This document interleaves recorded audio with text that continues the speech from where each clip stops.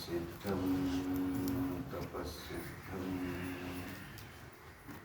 सर्वसिद्धं शिवप्रदं स्वयं सिद्धमहं वन्दे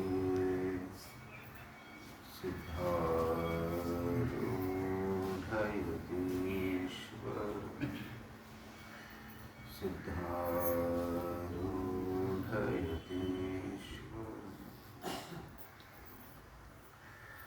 स्वानुभावದ ನಿಲಯ ನಾನೇನು ಬಲ್ಲೇನೆ ನೀನೇ ಹೊಳವಕ್ಕು ಏನ ನುಡಿಸಿದರೆ ನುಡಿಯೇ ನಾನು ಗುರುರಾಯ ಸಲ್ಲೀಲೆಯಿಂದ ಕೃಪೆಯ ಪ್ರಾತಸ್ಮರಣೀಯ ಅದ್ವೈತ ಸಾರ್ವಭೌಮ ಸಾಧು ಚಕ್ರವರ್ತಿ ಜಗದ್ಗುರು ಜಗದ್ವಂದ್ಯ ನಮ್ಮೆಲ್ಲರ ದೈವ ಶ್ರೀ ಸಿದ್ಧಾರೂಢರ ಶ್ರೀಚರಣಗಳಿಗೆ ಅನಂತ ಭಕ್ತಿಯ ಪರಿಣಾಮಗಳನ್ನು ಸಮರ್ಪಿಸಿ ಸಿದ್ಧರ ತತ್ಸ್ವರೂಪರು ಮಹಾಮೌನ ಯೋಗಿ ಸ್ಥಿತಪ್ರಜ್ಞ ಮಹಾಮುನಿ ಗುರುನಾಥಾರೂಢರ ಶ್ರೀಚರಣಗಳಿಗೆ ಅನಂತ ಭಕ್ತಿಯ ಪರಿಣಾಮಗಳನ್ನು ಸಮರ್ಪಿಸಿ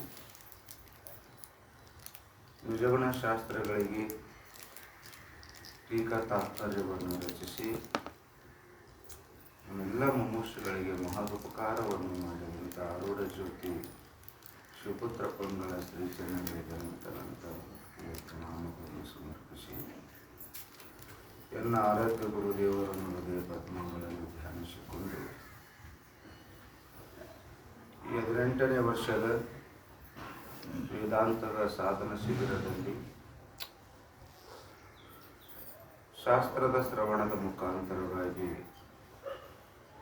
ಮಾನವ ಜನ್ಮವನ್ನು ಸಾರ್ಥಕ ಮಾಡಿಕೊಳ್ಳಬೇಕೆಂಬ ಸದುಚ್ಛೆಯಿಂದ ಆಗಮಿಸಿದ ತಮ್ಮೆಲ್ಲರ ಪವಿತ್ರವಾದ ಅಂತಃಕರಣಕ್ಕೆ ಸಾಕ್ಷಿಯಾಗಿ ಬರತಕ್ಕಂಥ ಪರಶಿವ ಪರಮಾತ್ಮನನ್ನು ವಂದಿಸಿ ಶಿವಸ್ವರೂಪಗಳು ನಿಮ್ಮೆಲ್ಲರಿಗೂ ಶರಣ ಹಾಕ್ತಿಗಳು.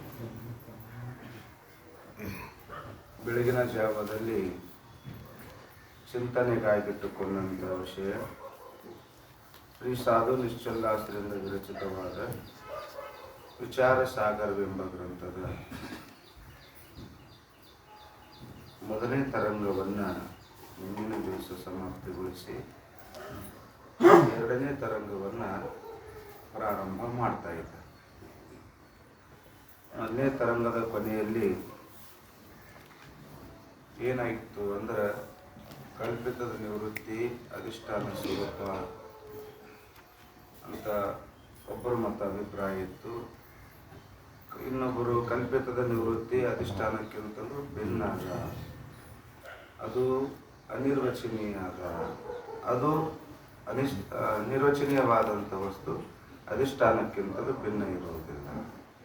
2 ಮತಗಳನ್ನು ಹೇಳಿದ್ರೆ, ಒಂದು ಶಂಕರಾಚಾರ್ಯರ ಮತ, 2ನೇದು ನ್ಯಾಯವಾಚಸ್ಪತಿ ಮಿಶ್ರಕ. ಒಟ್ಟ ಶಂಕ ಏನಾಯ್ತು ಅಂದ್ರೆ ಮೋಕ್ಷದಲ್ಲಿ ದ್ವೈತ ಪತ್ತಿ ಬರುತ್ತದೆ ಶಂಕ ಇತ್ತ.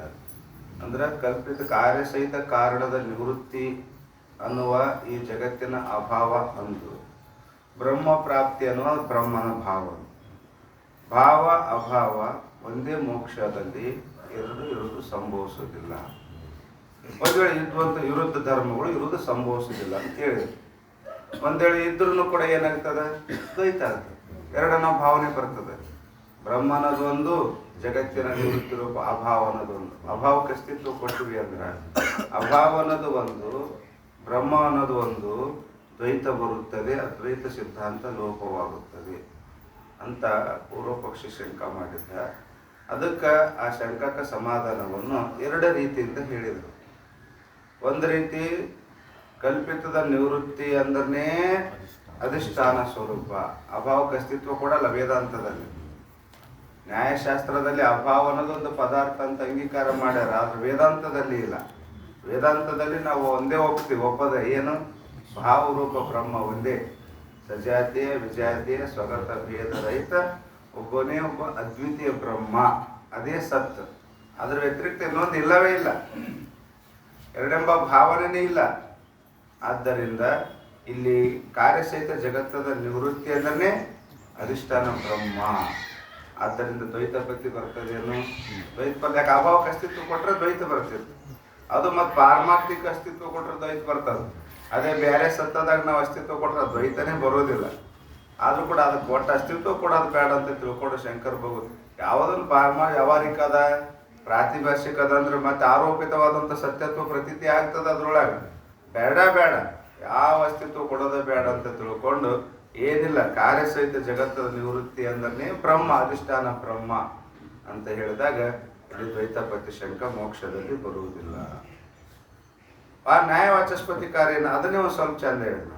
ಅವ್ರೇನಂತ ಹೇಳ್ತಾರ, ಈ ಕಾರ್ಯಸಹಿತ ಕಾರಣ ಜಗತ್ತದ ನಿವೃತ್ತಿ ಅನ್ನೋ ಅಭಾವ, ಒಂದು ಅಧಿಷ್ಠಾನವಾದಂಥ ಬ್ರಹ್ಮ ಎರಡು ಇರುತ್ತವೆ.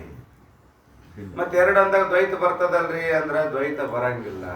ಯಾಕೆ ಬರಂಗಿಲ್ಲ ಅಂದ್ರ ಈ ಅಧಿಷ್ಠಾನವಾದಂಥ ಬ್ರಹ್ಮನಕ್ಕಿಂತಲೂ ಬೇರೆ ಏನು ಅಭಾವ ಅದಲ್ಲ ಇದು. ಜಗತ್ತಿನ ನಿವೃತ್ತಿ ರೂಪ ಅಭಾವ, ಜಗತ್ತಿನ ಅಭಾವ ನಿವೃತ್ತಿ ರೂಪ ಅಭಾವ ಇದು ಅನಿರ್ವಚನೀಯವಾಗಿರುತ್ತದೆ. ಬ್ರಹ್ಮನಂಗಿಲ್ಲ. ಬ್ರಹ್ಮ ಹೆಂಗದನ್ನು ಪಾರಮಾರ್ಥಿಕ, ಅದು ಜ್ಞಾನದಿಂದನೂ ಬಾಧ ಆಗೋದಿಲ್ಲ, ಯಾವುದರಿಂದನೂ ಬಾಧ ಆಗೋದಿಲ್ಲ. ಜ್ಞಾನ से भी बात हुए नहीं, किसी से भी बात हुए नहीं, आपको पारमार्थिक सत्ता कही. ಬ್ರಹ್ಮ ಜ್ಞಾನದಿಂದನೂ ಬಾಧ ಆಗೋದಿಲ್ಲ, ಕ್ರಿಯೆ ಕಿಸಿ ಅಂದ್ರೆ ಕ್ರಿಯೆ ಇರೋದೇ ಒಂದು. ಜ್ಞಾನದಿಂದ ನಾಶ ಆಗಬೇಕು, ಕ್ರಿಯೆಯಿಂದ ನಾಶ. ನಾಶಕ್ಕೆ ಎರಡೇ ಕಾರಣ ಅದ. ಒಂದು ಜ್ಞಾನದಿಂದ ನಾಶ ಮಾಡಬೇಕು, ಒಂದು ಇಲ್ಲ ಕ್ರಿಯೆಯಿಂದ ನಾಶ ಮಾಡಬೇಕು. ಈಗ ಕರೆ ಹಾವು ಬಂದ್ರೆ ಕ್ರಿಯೆಯಿಂದ ನಾಶ ಆಗ್ತದ, ಹಗ್ಗದಾಗ ಹಾವು ತೋರಿತ್ತಂದ್ರೆ ಜ್ಞಾನದಿಂದ ನಾಶ ಆಗ್ತದೆ. ನಾಶಕ್ಕೆ ಇರುವ ಎರಡೇ ಕಾರಣ ಅದಾವ. ಆದ್ರೆ ಅದಕ್ಕಂತ ಜ್ಞಾನ ಸೇ ಬಿ ಬಾಧುವೇನೈ. ಯಾವುದು? ಬ್ರಹ್ಮ ಯಾವ ಜ್ಞಾನದಿಂದ ಬಾಧ ಆಗ್ತದ? ಬ್ರಹ್ಮ ಯಾವ ಜ್ಞಾನದಿಂದ ಬಾಧ ಆಗ್ತದ? ಲಾಸ್ಟ್ ಕ್ರಿಯೆದಿಂದ ಬಾಧ ಆಗ್ತದ? ಇಲ್ಲ. ಯಾಕ? ನೈನಂ ಚಿನ್ನಂಚಿ ಶಸ್ತ್ರಾಣಿ ನೈನಂ ದಹತಿ ಪಾವಕ ನೈನಂ ಕ್ಲೇದಯಂತ್ಯಾಪನ ಶೋಷಯತಿ ಮಾರುತ ಎಂದು ಹೇಳ್ಕೊಂಬಂದ್ರೆ ಯಾವುದರಿಂದನೂ ಕೂಡ ಬಾಧ ಆಗೋದಿಲ್ಲ, ನಾಶನೇ ಆಗೋದಿಲ್ಲ, ನಿತ್ಯನೇ ಆಗೋದಿಲ್ಲ, ನಾಶನೇ ಆಗೋದಿಲ್ಲ. ಆದ್ದರಿಂದ ಇದಕ್ಕೇನಂದ್ರೆ ನಾವು ಪಾರಮಾರ್ಥಿಕ ಸತ್ತು. ಹಂಗ ಜಗತ್ತಿನ ಇದಕ್ಕಿಂತಲೂ ಭಿನ್ನವಾದಂಥ ಜಗತ್ತಿನ ನಿವೃತ್ತಿ ರೂಪ ಅಭಾವ, ಬ್ರಹ್ಮಜ್ಞಾನದಿಂದ ಬಾಧ ಏನಾಗಿತ್ತಲ್ಲ, ಜಗತ್ತಿನ ನಿವೃತ್ತಿ ರೂಪ ಅಭಾವ ಇದಕ್ಕೆ ಅಸ್ತಿತ್ವ ಕೊಡ್ತೀವಲ್ಲ, ಇದು ಹಂಗದ ಏನು? ಹಂಗ ಇಲ್ಲವೇ ಇಲ್ಲ ಅಂತ. ಬ್ರಹ್ಮನಂತ ಸತ್ಯತ ಈ ಅಭಾವದೊಳಗೆ ಇಲ್ಲವೇ ಇಲ್ಲ. ಮತ್ತೆ ಹೆಂಗದ? ಅನಿರ್ವಚನೀಯವಾಗಿರುತ್ತದೆ. ಸತ್ತನು ಅನ್ನಕ್ ಬರಲ್ಲ, ಇದಕ್ಕ ಅಸತ್ತನು ಅನ್ನಕ್ ಬರಂಗಿಲ್ಲ. ಅಭಾವಕ್ರಿ, ಅಭಾವಕ್ಕೆ ಜಗತ್ತಿನ ನಿವೃತ್ತಿ ರೂಪ ಅಭಾವಕ್ಕ ಸತ್ತಂತಿಯನ್ನು ಸತ್ತನಕ ಬರುವುದಿಲ್ಲ, ಮತ್ತು ಅಸತ್ತಂತಿಯನ್ನು ಅಸತ್ತನಕ್ಕೂ ಬರುವುದಿಲ್ಲ. ಸದಸತ್ ವಿಲಕ್ಷಣ ಅನಿರ್ವಚನೀಯ, ಸದ್ ಅಸತ್ ವಿಲಕ್ಷಣ ಅನಿರ್ವಚನೀಯ.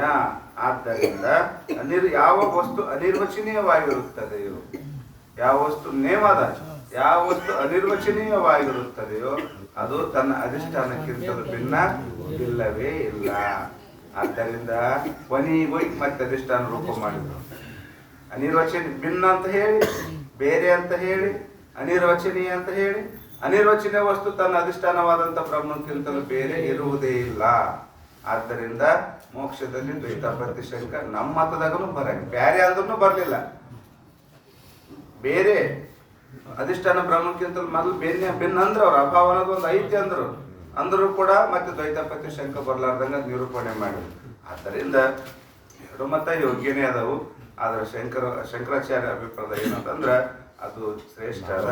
ಇವ್ರದೊಂದಿಷ್ಟು ತಿಳ್ಕೊಳ್ಳೋ ಸ್ವಲ್ಪ ಏನಾಗ್ತದಂದ್ರೆ ಗೌರವ ದೋಷ ಬರ್ತದೆ ಇವ್ರ ಮತದಾಗ, ಇವ್ರ ಲಾಘವ ಆಗ್ತದೆ, ಜಲ್ದಿ ಅರ್ಥ ಆಗ್ತದ ಶಂಕರಾಚಾರ್ಯ ಮತ. ಮತ್ತೆ ನ್ಯಾಯವಾಚಸ್ಪತಿಕಾರ ಮತ ಏನದ ಸ್ವಲ್ಪ ಸ್ಥೂಲ ಬುದ್ಧಿ ಉಳ್ಳಂಥವ್ರಿಗೆ ಅರ್ಥ ಮಾಡ್ಕೊಳ್ಳೋದು ಕಷ್ಟ ಆಗ್ತದೆ. ಯಾಕೆ? ಭಿನ್ನ ಅನ್ನೋದು, ಬೇರೆ ಅನ್ನೋದು, ಮತ್ತೆ ಅನಿರ್ವಚನೀಯ ಅನ್ನೋದು, ಮತ್ತೆ ಅನಿರ್ವಚನ ಲಕ್ಷಣ ಬೇಕು, ಅದರ ಅರ್ಥ ಬೇಕು, ಹೌದಿಲ್ರಿ?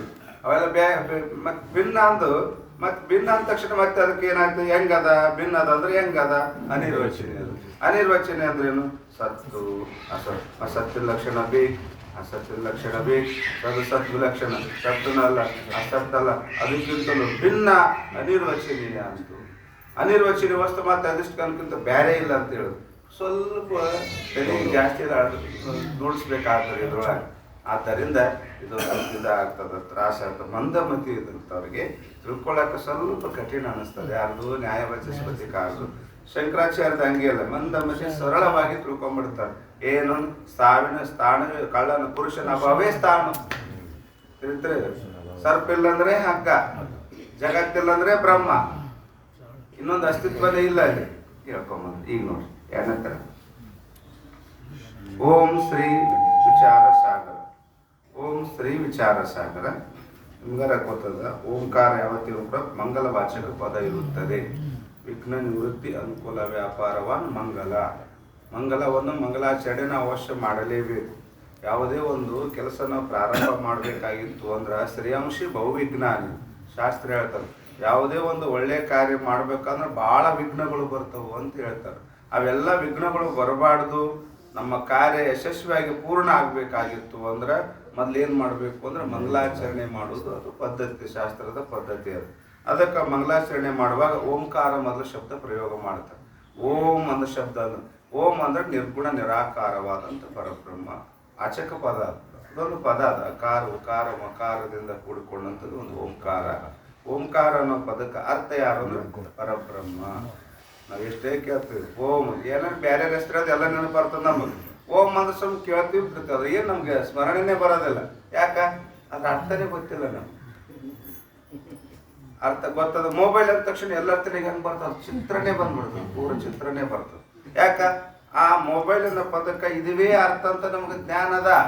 ಅದಕ್ಕೆ ನಮಗೆ ಅದು ಬರೀ ಶಬ್ದ ಕೇಳಿದ್ರೆ ಸಾಕು, ಅದ್ರ ಆಕಾರ ನಮ್ಮ ಮನಸ್ಸು ಆಕಾರ ಆಗಿಬಿಡ್ತದೆ.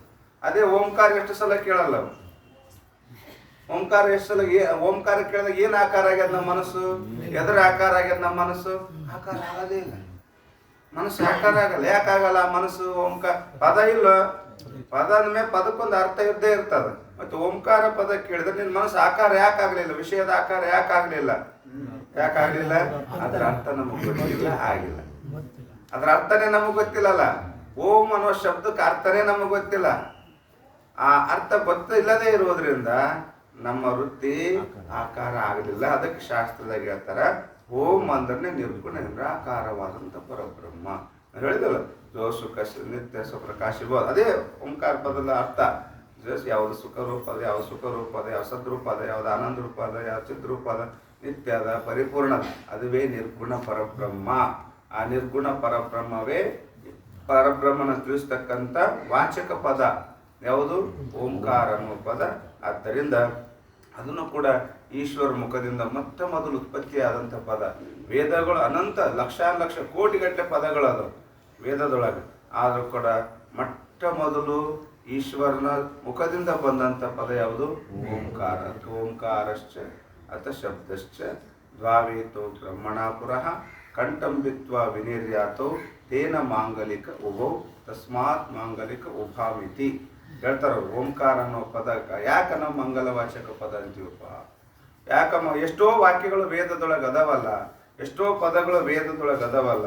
ಓಂಕಾರಕ್ಕೆ ಮೊದಲು ಯಾಕೆ ಅಷ್ಟು ಆದ್ಯತೆ ಅದ ಅಂದ್ರ ಅವ್ರು ಹೇಳ್ತಾರ ಓಂಕಾರಶ್ಚ ಅಥ ಶಬ್ದಶ್ಚ ದ್ವಾವೇತೋ ಬ್ರಹ್ಮಣಾಪುರಃ ಹೇಳ್ತಾರ. ಮೊಟ್ಟ ಮೊದಲು ವೇದ ಸೃಷ್ಟಿ ಮಾಡುವ ಕಾಲದಲ್ಲಿ ಈಶ್ವರನ ಮುಖದಿಂದ ಮೊಟ್ಟ ಮೊದಲು ವಿನಿರ್ಯಾತವು ಅಂದ್ರೆ ಕಂಠದಿಂದ, ಈಶ್ವರನ ಕಂಠದಿಂದ ಒಳಗೊಳಲ್ಪಟ್ಟಂಥ ಪದ ಯಾವಂದ್ರೆ ಎರಡು ಪದಗಳು. ಒಂದು ಓಂಕಾರ ಅನ್ನೋ ಒಂದು ಪದ, ಒಂದು ಅಥ ಅನ್ನುವ ಪದ. ಅಥ ಶಬ್ದ ಹೇಳ್ತೀವಲ್ಲ, ಅಥ ಅನ್ನೋ ಪದ ಒಂದು, ಓಂಕಾರ ಅನ್ನುವ ಪದ. ಎರಡೂ ಕೂಡಿ ಮೊಟ್ಟ ಮೊದಲು ಈಶ್ವರನ ಮುಖದಿಂದ ಬಂದಂಥ ಪದ ಇರುವುದರಿಂದ ಅವಕ್ಕೆ ಮಂಗಲವಾಚಕ ಪದ. ಮಂಗಲವಾಚಕ ಪದ ಅಂದ್ರೆ ಏನು? ವಿಘ್ನವನ್ನು ನಿವೃತ್ತಿ ಮಾಡ್ತಕ್ಕಂಥ ತಾಕತ್ತು ಅದ್ರೊಳಗೆ ಅದಂತ.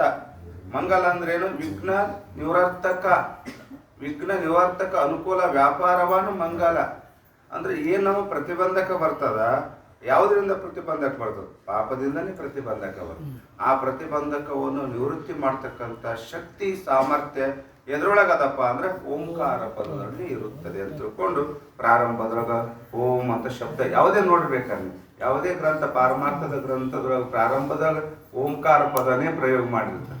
ಆಮ್ಯಾಗ ಶ್ರೀ ಗಣೇಶಾಯ ನಮ, ಶ್ರೀ ಸೀತಾರೂಢಾಯ ನಮ ಇವೆಲ್ಲ ಮುಂದಿನವೆಲ್ಲ ಬರ್ತಾವೆ. ಅವ್ರವ್ರ ಇಷ್ಟ ದೇವತದ ಮಂಗಲ ಮಾಡ್ತಾರ. ಓಂ ಶ್ರೀ ವಿಚಾರ ಸಾಗರ. ಇದು ವಿಚಾರ ಸಾಗರ ದ್ವಿತೀಯ ತರಂಗ, ಎರಡನೇ ತರಂಗವನ್ನು ಪ್ರಾರಂಭ ಮಾಡ್ತಾ ಇದ್ದಾರೆ. ಅಥ ಅನುಬಂಧ ವಿಶೇಷ ನಿರೂಪಣಂ. ನೋಡಿ, ಅಥ ಶಬ್ದ ಪ್ರಯೋಗ ಆಯ್ತು ನೋಡಿ. ಅಥ ಅನುಬಂಧ ವಿಶೇಷ ನಿರೂಪಣಂ. ಈ ಎರಡನೇ ತರಂಗದೊಳಗ ಅನುಬಂಧದ ವಿಶೇಷವಾಗಿ ನಿರೂಪಣೆ ಮಾಡುತ್ತೇವೆ. ಅಂದ್ರೆ ಅತ ಅನುಬಂಧ ಅಂತ ಹೇಳ್ಯಾರಲ್ಲ, ಅತ ಅನುಬಂಧ ವಿಶೇಷ ನಿರೂಪಣೆ ಅಂದ್ರೆ ಅತ ಅಂದ್ರೆ ಏನು? ಅತ ಅಂದ್ರೆ ಮಂಗಲ, ನಂತರ, ಪ್ರಾರಂಭ, ಪ್ರಶ್ನೆ, ಪೂರ್ಣ, ಹಿಂಗೆಲ್ಲ ಇದು ಅರ್ಥ ಆಗ್ತದೆ. ಈಗ ಇಲ್ಲಿ ಅತ ಅನ್ನೋ ಶಬ್ದಕ್ಕೆ ಏನು ಅರ್ಥ ಮಾಡ್ತೀರಿ? ನಂತರ, ಪ್ರಾರಂಭ,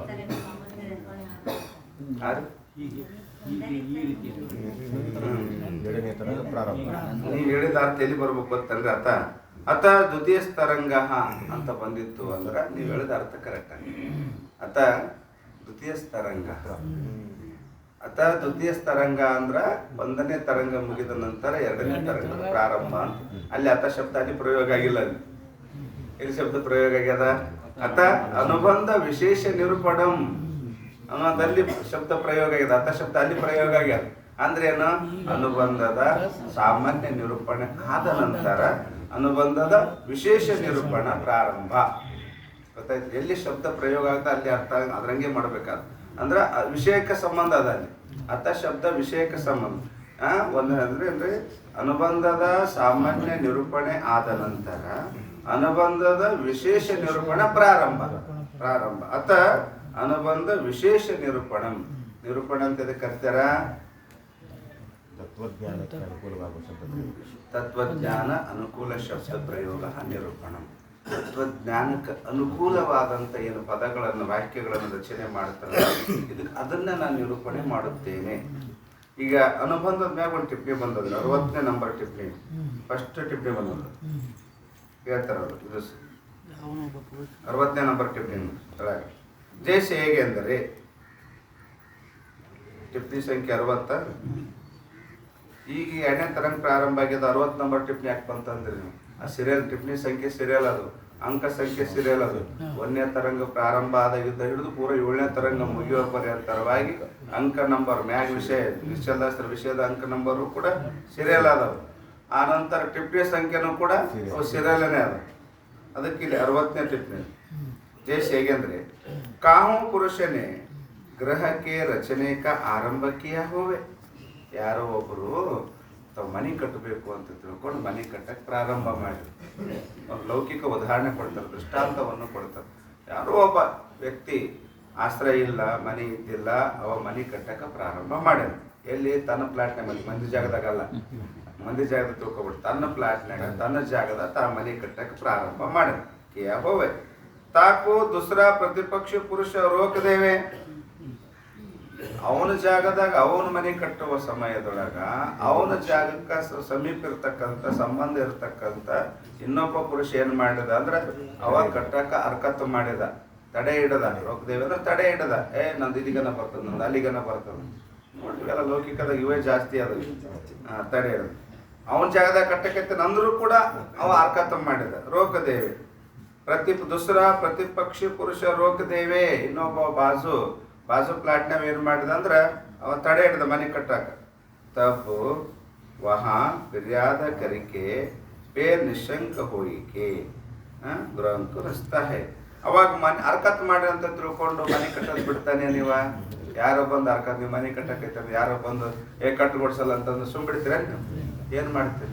ಅದ ನ್ಯಾಯವನ್ನು ಮುಂದೆ ಹಿರಿಯರ ಬಳಿ ಹೋಯ್ತೇನೆ. ಊರಾಗ ಯಾರು ಹಿರಿಯರು ಇರ್ಬೋದು, ಊರಾಗ ಬಗೆಹರ್ಲಿಲ್ಲಪ್ಪ ಅಂದ್ರೆ ಮತ್ತೆ ಕೋರ್ಟಿಗೆ ಹೋಗ್ತೀವಿ, ನ್ಯಾಯ ಮಾಡ್ತೀವಿ. ಯಾವಾಗ ಅವ ಸಂಪೂರ್ಣ ಬಗೆಹರ್ತಾನೆ, ಅವನಿಗೆ ನಮಗೆ ಸಮಸ್ಯೆ ಬರಲಿಲ್ಲ ಅಂದ್ರೆ ನೋಡೋದಕ್ಕಂತ ವಹ ಫಿರ್ಯಾದ ಕರಿಕೆ ಅಂದ್ರೆ ನ್ಯಾಯವನ್ನು ಒಯ್ದ ಹಿರಿಯರ ಬಳಿ. ಊರಾಗ ಹಿರಿಯರು ಇದ್ರು, ಹಿರಿಯರ ಬಳಿ ಹೋದ್ರು. ಆ ಹಿರಿಯರ ಬಳಿ ಬಗೆಹರ್ಲಿಲ್ಲ ಅಂದ್ರೆ ಕೋರ್ಟಿಗೆ ಹೋಗ್ತಾರೆ. ಲಾಸ್ಟಿಗೆ ಏನು ಕಟ್ಟೋದು ಬಿಟ್ಟು ಸುಮ್ಮನೆ ಹರ್ಕತ್ ಮಾಡಿಬಿಡ ಅಂತ ಸುಮ್ಮಿಡ್ತಾರೆ. ಸುಮ್ಮಿಟ್ರೆ ನಮ್ಮ ಜೀವನ ಮಾಡೇ ಕೊಡಲ್ಲ ಈಗಿನ ಜನ. ಏನು ಮಾಡೋದು? ವ್ಯವಹಾರದಾಗ ಲಡಾಸ ಬೇಕಾಗ್ತದೆ. ನಾ ಸುಮ್ಮನಿದೆ ಅಂದ್ರೆ ಸುಮ್ಮನಿರಕ್ಕೆ ಬರೋದಿಲ್ಲ. ಅದು ಏನಾದ್ರು ನ್ಯಾಯಬದ್ಧ ಸಮ್ಮತವಾಗಿ ಹೋರಾಟ ಮಾಡಬೇಕು. ಕರಿಕೆ ಪೇರ್ ನಿಶಂಕ ಹೋಯಕೆ ಅಂದ್ರೆ ಬಗೆಹರಿಸ್ಕೊಂಡ್ರು ಇಬ್ಬರು ಬಗೆಹರಿಸ್ಕೊಂಡು ಅವಾಗ ಯಾವುದೋ ನಿಸ್ಸಂದೇಹವಾಗಿ ಏನು ಮಾಡಿದ? ಗೃಹಂಕ ರಚಿತ ಹೈ ಮನೆಯನ್ನು ಕಟ್ಟುತ್ತಾನೆ. ಇದು ಲೌಕಿಕದ ಒಂದು ಉದಾಹರಣೆ. ತೈಷ್ ಅದರಂತೆ ಸಿದ್ಧಾಂತದ ಇಲ್ಲಿ ಗ್ರಂಥ ಅನ್ನೋದೊಂದು ಮನೆ ಕಟ್ಟಕೈತಾರೆ. ಯಾರು? ಸಾಧು ನಿಶ್ಚಲದಾಸರು. ತೈಸೆ ಗ್ರಂಥಕಾರನೇ ಯಾರು? ಸಾಧು ನಿಶ್ಚಲದಾಸರು. ಯಾಕೆ ಪ್ರಥಮ ತರಂಗ ವಿಷಯ ಚಾರಿ ಅನುಬಂಧಕ ಸಾಮಾನ್ಯ ಸೆ ನಿರೂಪಣೆಕಿಯ. ಗ್ರಂಥಕಾರರು ಇದೇ ವಿಚಾರ ಸಾಗರ ಗ್ರಂಥದಲ್ಲಿ ಪ್ರಥಮ ತರಂಗದೊಳಗ ಅನುಬಂಧದ ಸಾಮಾನ್ಯ ರೂಪದಿಂದ ನಿರೂಪಣೆ ಮಾಡಕ್ಕೆ ತಿಳಿಸಿದ್ರೆ ಇಲ್ಲೋ ಅಧಿಕಾರಿ, ಸಂಬಂಧ, ವಿಷಯ, ಪ್ರಯೋಜನ ಸಂಕ್ಷಿಪ್ತವಾಗಿ ತಿಳಿಸಿರೋದು. ಸಂಕ್ಷಿಪ್ತವಾಗಿ ನನ್ನ ಗ್ರಂಥಕ್ಕೆ ಅಧಿಕಾರಿ ಇದ್ದಾನ, ಸಂಬಂಧನೂ ಅದ, ವಿಷಯನೂ ಕೂಡ ಅದ, ಪ್ರಯೋಜನವೂ ಕೂಡ ಸಂಭವಿಸುತ್ತದೆ ಅಂತ ತಿಳ್ಕೊಂಡು ಸಂಕ್ಷಿಪ್ತವಾಗಿ ಏನ್ ಮಾಡಿದ್ರು ಅಂದ್ರೆ ಅನುಬಂಧದ ನಿರೂಪಣೆ ಮಾಡಿದ್ರು ನಿಶ್ಚಲದಾಸರು.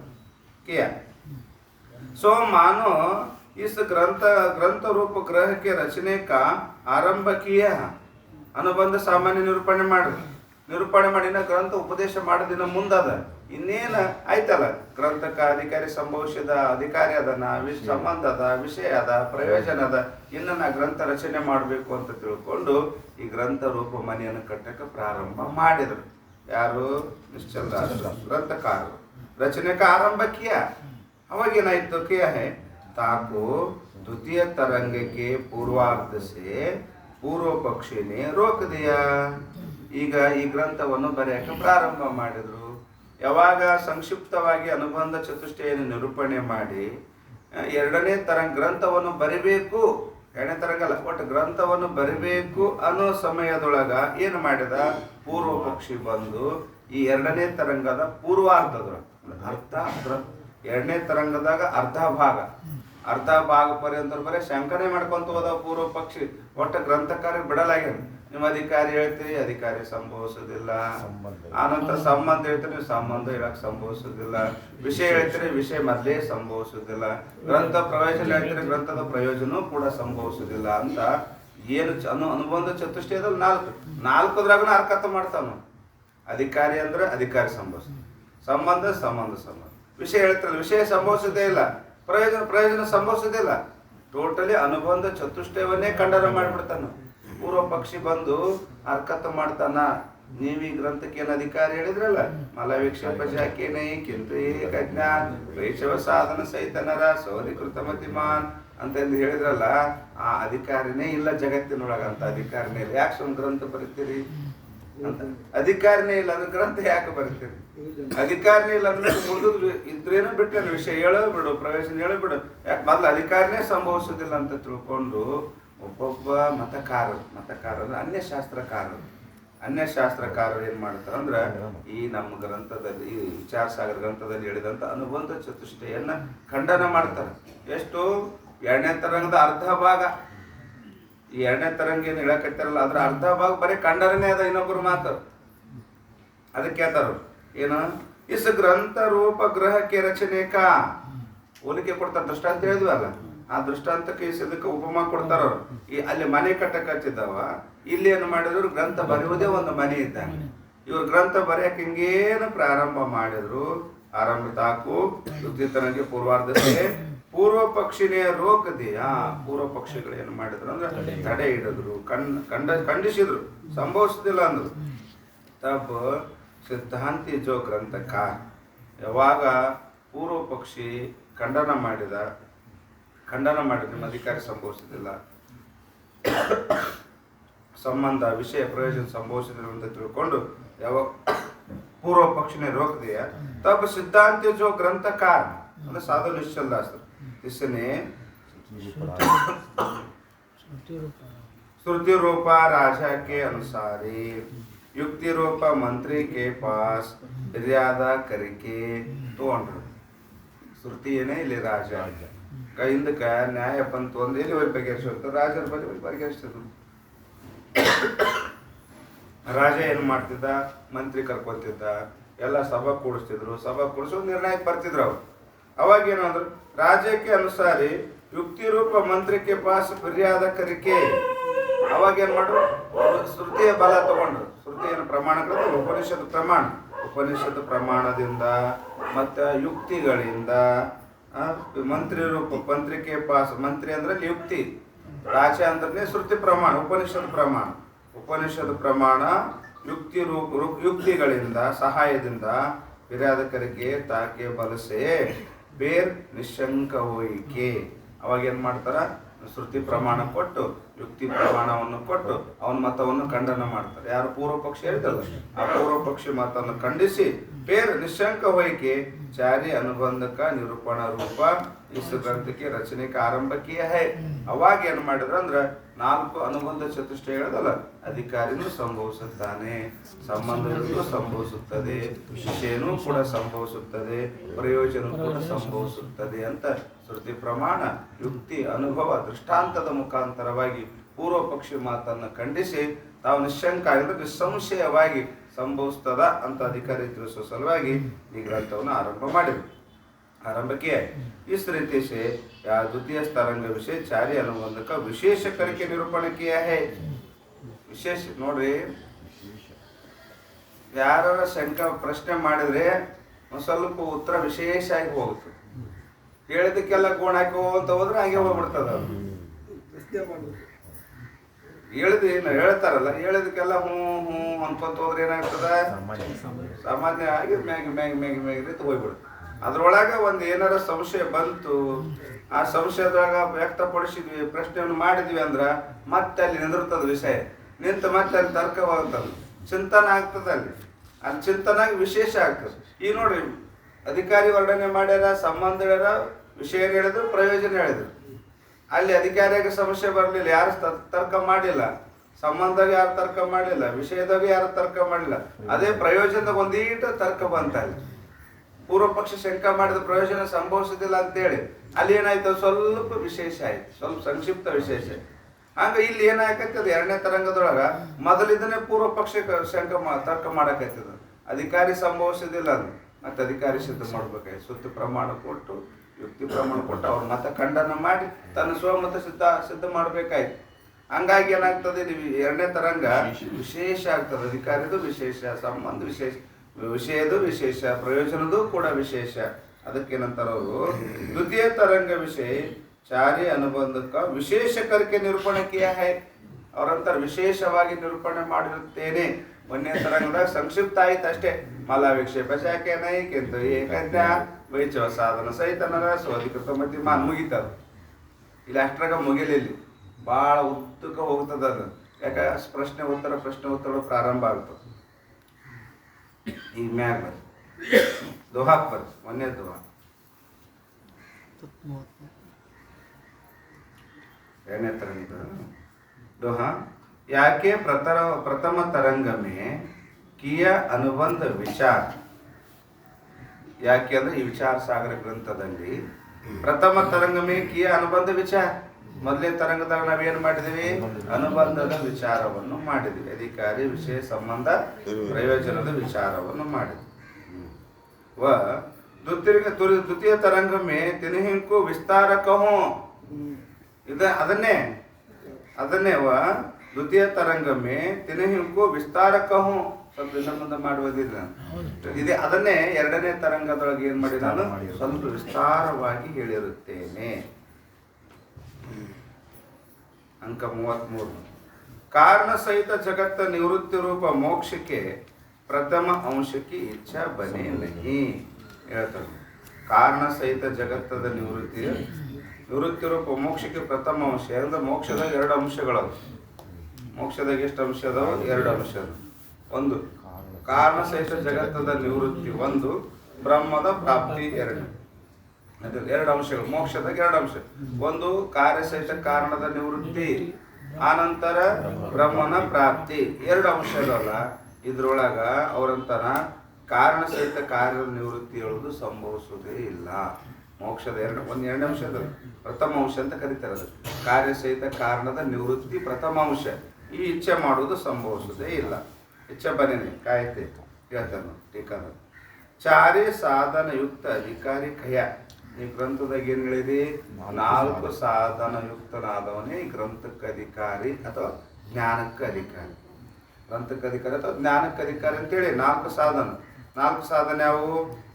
ವಿವೇಕ, ವೈರಾಗ್ಯ, ಸಮಾಧಿ, ಸಂಪತ್ತಿ, ಮುಮುಕ್ಷತ. ಇವು 4 ಸಾಧನ ಸಹಿತವಾದಂತ ಅಧಿಕಾರಿನೇ ಗ್ರಂಥಕ್ಕೆ ಜ್ಞಾನಕ್ಕೆ ಅಧಿಕಾರಿ ಅಂತ ಹೇಳಿ. ತಿರು ಚಾರಿ ಸಾಧನ ಮೇ ಮುಮುಕ್ಷತ ಗಿನಿ ಹೇ. 4 ಸಾಧನದೊಳಗ ಮುಮುಕ್ಷತ ಒಂದದ ಇಲ್ಲ? ಲಾಸ್ಟ್ ಅದ ನೋಡ್ರಿ. ವಿವೇಕ, ವೈರಾಗ್ಯ, ಸಮಾಧಿ, ಸಂಪತ್ತಿ, 4ನೇದು ಮುಮುಕ್ಷತ. ಲೆಕ್ಕದಾಗದ ಗಿಣಿಯದ ಲೆಕ್ಕದಾಗ ಇರುತ್ತದೆ ಮುಮುಕ್ಷುತ ಲೆಕ್ಕದ ಮೋಕ್ಷದ ಇಚ್ಛೆ ಮುಮುಕ್ಷು ಮುಕ್ತ ಮೆಚ್ಚು ಮುಮುಕ್ಷು ಮುಮುಕ್ಷುತ ಒಂದು ಗಣನೆ ಅದಲ್ಲ ಅದ್ರ ಮೇಲೆ ಶಂಕ ಮಾಡ್ತಾನ ಪ್ರಶ್ನೆ ಇದ್ದದ್ದು ಇದ್ರೊಳಗ ಎದ್ರಾಗನೇ ಇಲ್ಲ ವಿವೇಕದ ಪ್ರಶ್ನೆ ಇಲ್ಲ ವೈರಾಗ್ಯದ ಪ್ರಶ್ನೆ ಇಲ್ಲ ಸಮಾಜ ಸಂಪತ್ತಿಯೊಳಗ ಪ್ರಶ್ನೆ ಇಲ್ಲ ಪ್ರಶ್ನೆ ಬರೋದು ಎದ್ರಾಗ ಅಂದ್ರ ಮುಮುಕ್ಷತ ಮೋಕ್ಷದ ಇಚ್ಛೆ ಮುಮುಕ್ಷತ ಅದು ಗಣನೆ ಅದ ಗಿಣಿ ಹೇ ಮೋಕ್ಷಕ್ಕೆ ಇಚ್ಛೆ ಕನ್ನ ಮುಮುಕ್ಷತ ಹೇ ನೀವ್ ಹೇಳ್ತೀರಿ ಮೋಕ್ಷದ ಇಚ್ಛೆಗೆ ಏನಂತೀರಿ ಮುಮುಕ್ಷು ಅಂತ ಕರೀತೀರಿ ಮೋಕ್ಷದ ಇಚ್ಛೆ ಮಾಡೋನು ಮುಮುಕ್ಷು ಅಂತ ಜ್ಞಾನದ ಇಚ್ಛೆ ಮಾಡೋನಿಗೆ ಏನಂತೀರಿ ಜಿಜ್ಞಾಸು ಜ್ಞಾನದ ಇಚ್ಛೆ ಮಾಡೋನಿಗೆ ಜಿಜ್ಞಾಸು ಅಂತ ಕರಿತೀರಿ ಊಟದ ಇಚ್ಛೆ ಮಾಡೋನಿಗೆ ಹೊಟ್ಟೆದ ಬುಭುಕ್ಷು ಅಂತ ಕರೀತಾರೆ ಭೋಗದ ಇಚ್ಛೆ ಮಾಡೋನಿಗೆ ಏನಂತಾರ ಅವನಿಗೆ ಬುಭುಕ್ಷು ಅಂತಾರ ಮೋಕ್ಷ ಇಚ್ಛೆ ಮಾಡೋನಿಗೆ ಮುಮುಕ್ಷು ಅಂತಾರ ಜ್ಞಾನ ಇಚ್ಛೆ ಮಾಡೋನಿಗೆ ಜಿಜ್ಞಾಸು ಅಂತ ಕರೀತಾರ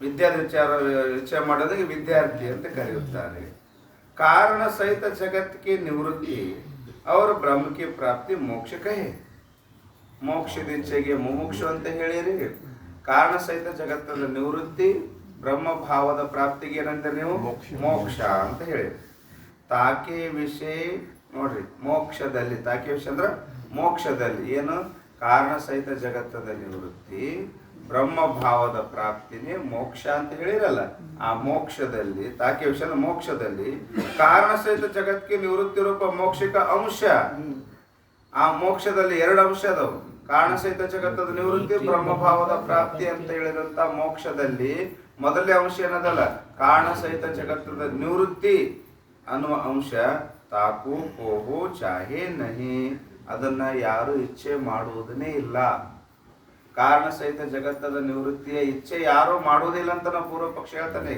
ತಾಕು ಕೋಯಿ ಇಚ್ಛಾ ಕರೇನ ಏನು ಕಾರಣ ಸಹಿತ ಜಗತ್ತದ ನಿವೃತ್ತಿ ಸುಖ ಬೇಕಂತ ತಿಳ್ಕೊಂಡು ದೇಹ ಊರ್ಲಾಕಂತಾನೆ ಹಿಂಗ ಆಗ್ತದಂತ ನಾವು ಈಗ ಪ್ರಶ್ನೆ ಅದೇ ಮಾಡ್ತಾನೆ ಇವನಿಗೇನು ಬೇಕಾಗ್ಯದ ಸುಖ ಸುಖ ಬೇಕಾಗ್ಯದ ಸುಖ ಬೇಕು ಅಂತ ತಿಳ್ಕೊಂಡು ಇದನ್ನ ಯಾಕೆ ನಾಶ ಮಾಡ್ಕೊಂತಾನ ಜಗತ್ತ ಯಾಕೆ ನಾಶ ಮಾಡ್ಬೇಕು ಅದಕ್ಕೆ ಯಾರು ಇಚ್ಛೆ ಮಾಡಂಗಿಲ್ಲ ಕಾರಣ ಸಹಿತ ಜಗತ್ತದ ನಿವೃತ್ತಿ ಏನು ಅಂಶ ಮೊದಲೇ ಅಂಶದಲ್ಲ ಮೋಕ್ಷದಾಗ ಎರಡು ಕೂಡಿದಕ್ಕೆ ಮೋಕ್ಷ ಅಂತೀರಿ ಯಾವ್ಯಾವ ಕಾರಣ ಸಹಿತ ಜಗತ್ತ ನಿವೃತ್ತಿ ಬ್ರಹ್ಮ ಭಾವದ ಪ್ರಾಪ್ತಿಗೆ ಮೋಕ್ಷ ಅಂದಿರಲ್ಲ ಈ ಮೋಕ್ಷದಲ್ಲಿ ಬರ್ತಕ್ಕಂಥ ಮೊದಲನೇ ಅಂಶ ಏನದಲ್ಲ ಕಾರಣ ಸಹಿತ ಜಗತ್ತದ ನಿವೃತ್ತಿ ಇದನ್ನ ಇಚ್ಛೆ ಯಾರು ಮಾಡೋದೇ ಇಲ್ಲ ಮತ್ತೆ ಇಚ್ಛೆನೆ ಮಾಡಲ್ಲ ಅಂದ್ರೆ ಮುಮುಕ್ಷು ಸಿದ್ಧ ಆಗ್ತಾನೆ ಮುಮುಕ್ಷುನೇ ಸಿದ್ಧ ಆಗೋದಿಲ್ಲ ವಾರ್ತ ಪೂರ್ವ ಪಕ್ಷಿ ಪ್ರತಿಪಾದನ ಕರೇ ಹೇ ಮತ್ ನಾ ಹೇಳಕೈತಿ ತಿಳ್ಕೊಬಾಡ್ರಿ ನೀವ ಯಾರು ಗ್ರಂಥಕಾರ ಅಂತಾರ ಪೂರ್ವ ಪಕ್ಷಿ ನಾ ಹೇಳಕತ್ತೀನಿ ಅಂತ ತಿಳ್ಕೊಬಾಡ್ರಿ ಗ್ರಂಥ ನಿಶ್ಚಲ ದಾಸ್ತ ಹೇಳಕತ್ತೀರ ಅಂತ ತಿಳ್ಕೊಂಡ್ರಿ ಮತ್ ನೀವ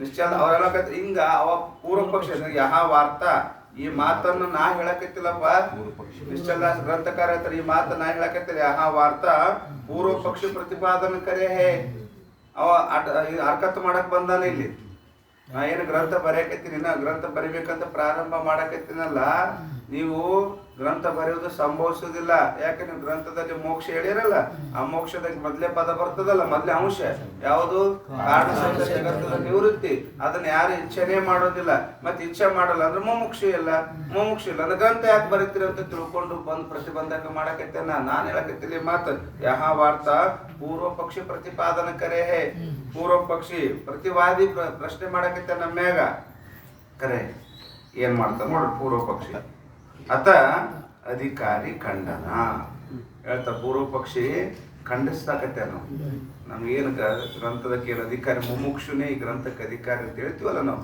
ಮುಮುಕ್ಷುನೇ ಅಲ್ಲ ಮುಮುಕ್ಷದ ಇಲ್ಲ ವಿವೇಕ ವೈರಾಗ್ಯ ಕ್ಷಮ ಸಂಪತ್ತಿ ಮುಮುಕ್ಷತ ಇವು 4 ಸಾಧನಯುಕ್ತ ಇದ್ದವನೇ ಈ ಗ್ರಂಥಕ್ಕೆ ಅಧಿಕಾರಿ ಅಥವಾ ಜ್ಞಾನಕ್ಕೆ ಅಧಿಕಾರಿ ಅಂತ ಹೇಳಿವಲ್ಲ ಈ ಅಧಿಕಾರಿ ಖಂಡನ ಅಧಿಕಾರಿ ಹೇಳುದು ಸಂಭವಿಸುವುದೇ ಇಲ್ಲ ಯಾಕ ಅಧಿಕಾರಿಯಲ್ಲಿ ಮುಮುಕ್ಷತ ಒಂದದ ಆ ಮುಮುಕ್ಷತದಲ್ಲಿ ಕಾರಣ ಸಹಿತ ಜಗತ್ತ ನಿವೃತ್ತಿ ಅನ್ನೋದು ಒಂದು ಅಂಶ ಅದ ಅದ್ರದ್ದು ಇಚ್ಛೆ ಮಾಡೋದ ಸಂಭವ ಯಾರು ಇಚ್ಛೆನೆ ಮಾಡೋದಿಲ್ಲ ಯಾರು ಇಚ್ಛೆನೆ ಕಾರಣ ಸಹಿತ ಜಗತ್ತ ನಿವೃತ್ತಿ ಯಾರು ಇಚ್ಛೆ ಮಾಡೋದಿಲ್ಲ ಅಂದ್ರೆ ಮೋಕ್ಷ ಇಚ್ಛೆ ಇಲ್ಲ ಅಂದಂಗಾಯ್ತು ಮೋಕ್ಷ ಇಚ್ಛೆ ಮಾಡೋರೇ ಇಲ್ಲ ಅಂದ ಮೇಲೆ ನಿಮ್ಮ ಅಧಿಕಾರನೇ ಸಂಭವಿಸುದಿಲ್ಲ ಗ್ರಂಥಕ್ಕೆ ಅಧಿಕಾರನೇ ಇಲ್ಲ ಅಂದ್ರೆ ಗ್ರಂಥ ಬರೆಯುವುದು ನಿಷ್ಫಲವಾಗುತ್ತದೆ ಬರಿಬೇಡ್ರಿ ಅಂತ ನಾವು ಅಧಿಕಾರಿ ಖಂಡನ ನೋಡ್ರಿ ಎಷ್ಟು ಚಂದ ಖಂಡನ ಮಾಡ್ತಾರೆ ಮೂಲ ಸಹಿತ जगत की हास कोहु करत नहीं. ಮೂಲ ಸಹಿತ ಜಗದ್ವಂಸಕ್ಕೆ, ಮೂಲ ಸಹಿತ ಅಂದ್ರೆ ಕಾರಣ ಸಹಿತ ಜಗತ್ತಿನ ನಿವೃತ್ತಿ. ಧ್ವಂಸ ಅಂದ್ರೆ ನಾಶ, ನಿವೃತ್ತಿ. ಮೂಲ ಸಹಿತ ಕಾರಣ ಸಹಿತ ಜಗತ್ತಿನ ನಿವೃತ್ತಿ. ಆಸ್ ಅಂದ್ರೆ ಇಚ್ಛೆ, ನಿವೃತ್ತಿಯ ಇಚ್ಛೆಯನ್ನ ಕೋಹು ಕರತನಹಿ, ಯಾರು ಇಚ್ಛೆನೇ ಮಾಡೋದಿಲ್ಲ. ಕಾರಣ ಸಹಿತ ಜಗತ್ತದ ನಿವೃತ್ತಿಯನ್ನ ಯಾರು ಇಚ್ಛೆ ಮಾಡುವುದನೇ ಇಲ್ಲ. ಮತ್ತೇನು ಮಾಡ್ತಾರ? ಕಿಂತು ವಿವೇಕ ಚಹತ ತ್ರಿವಿಧ ದುಃಖಕ್ಕೋ ನಾಶ ಹೈ.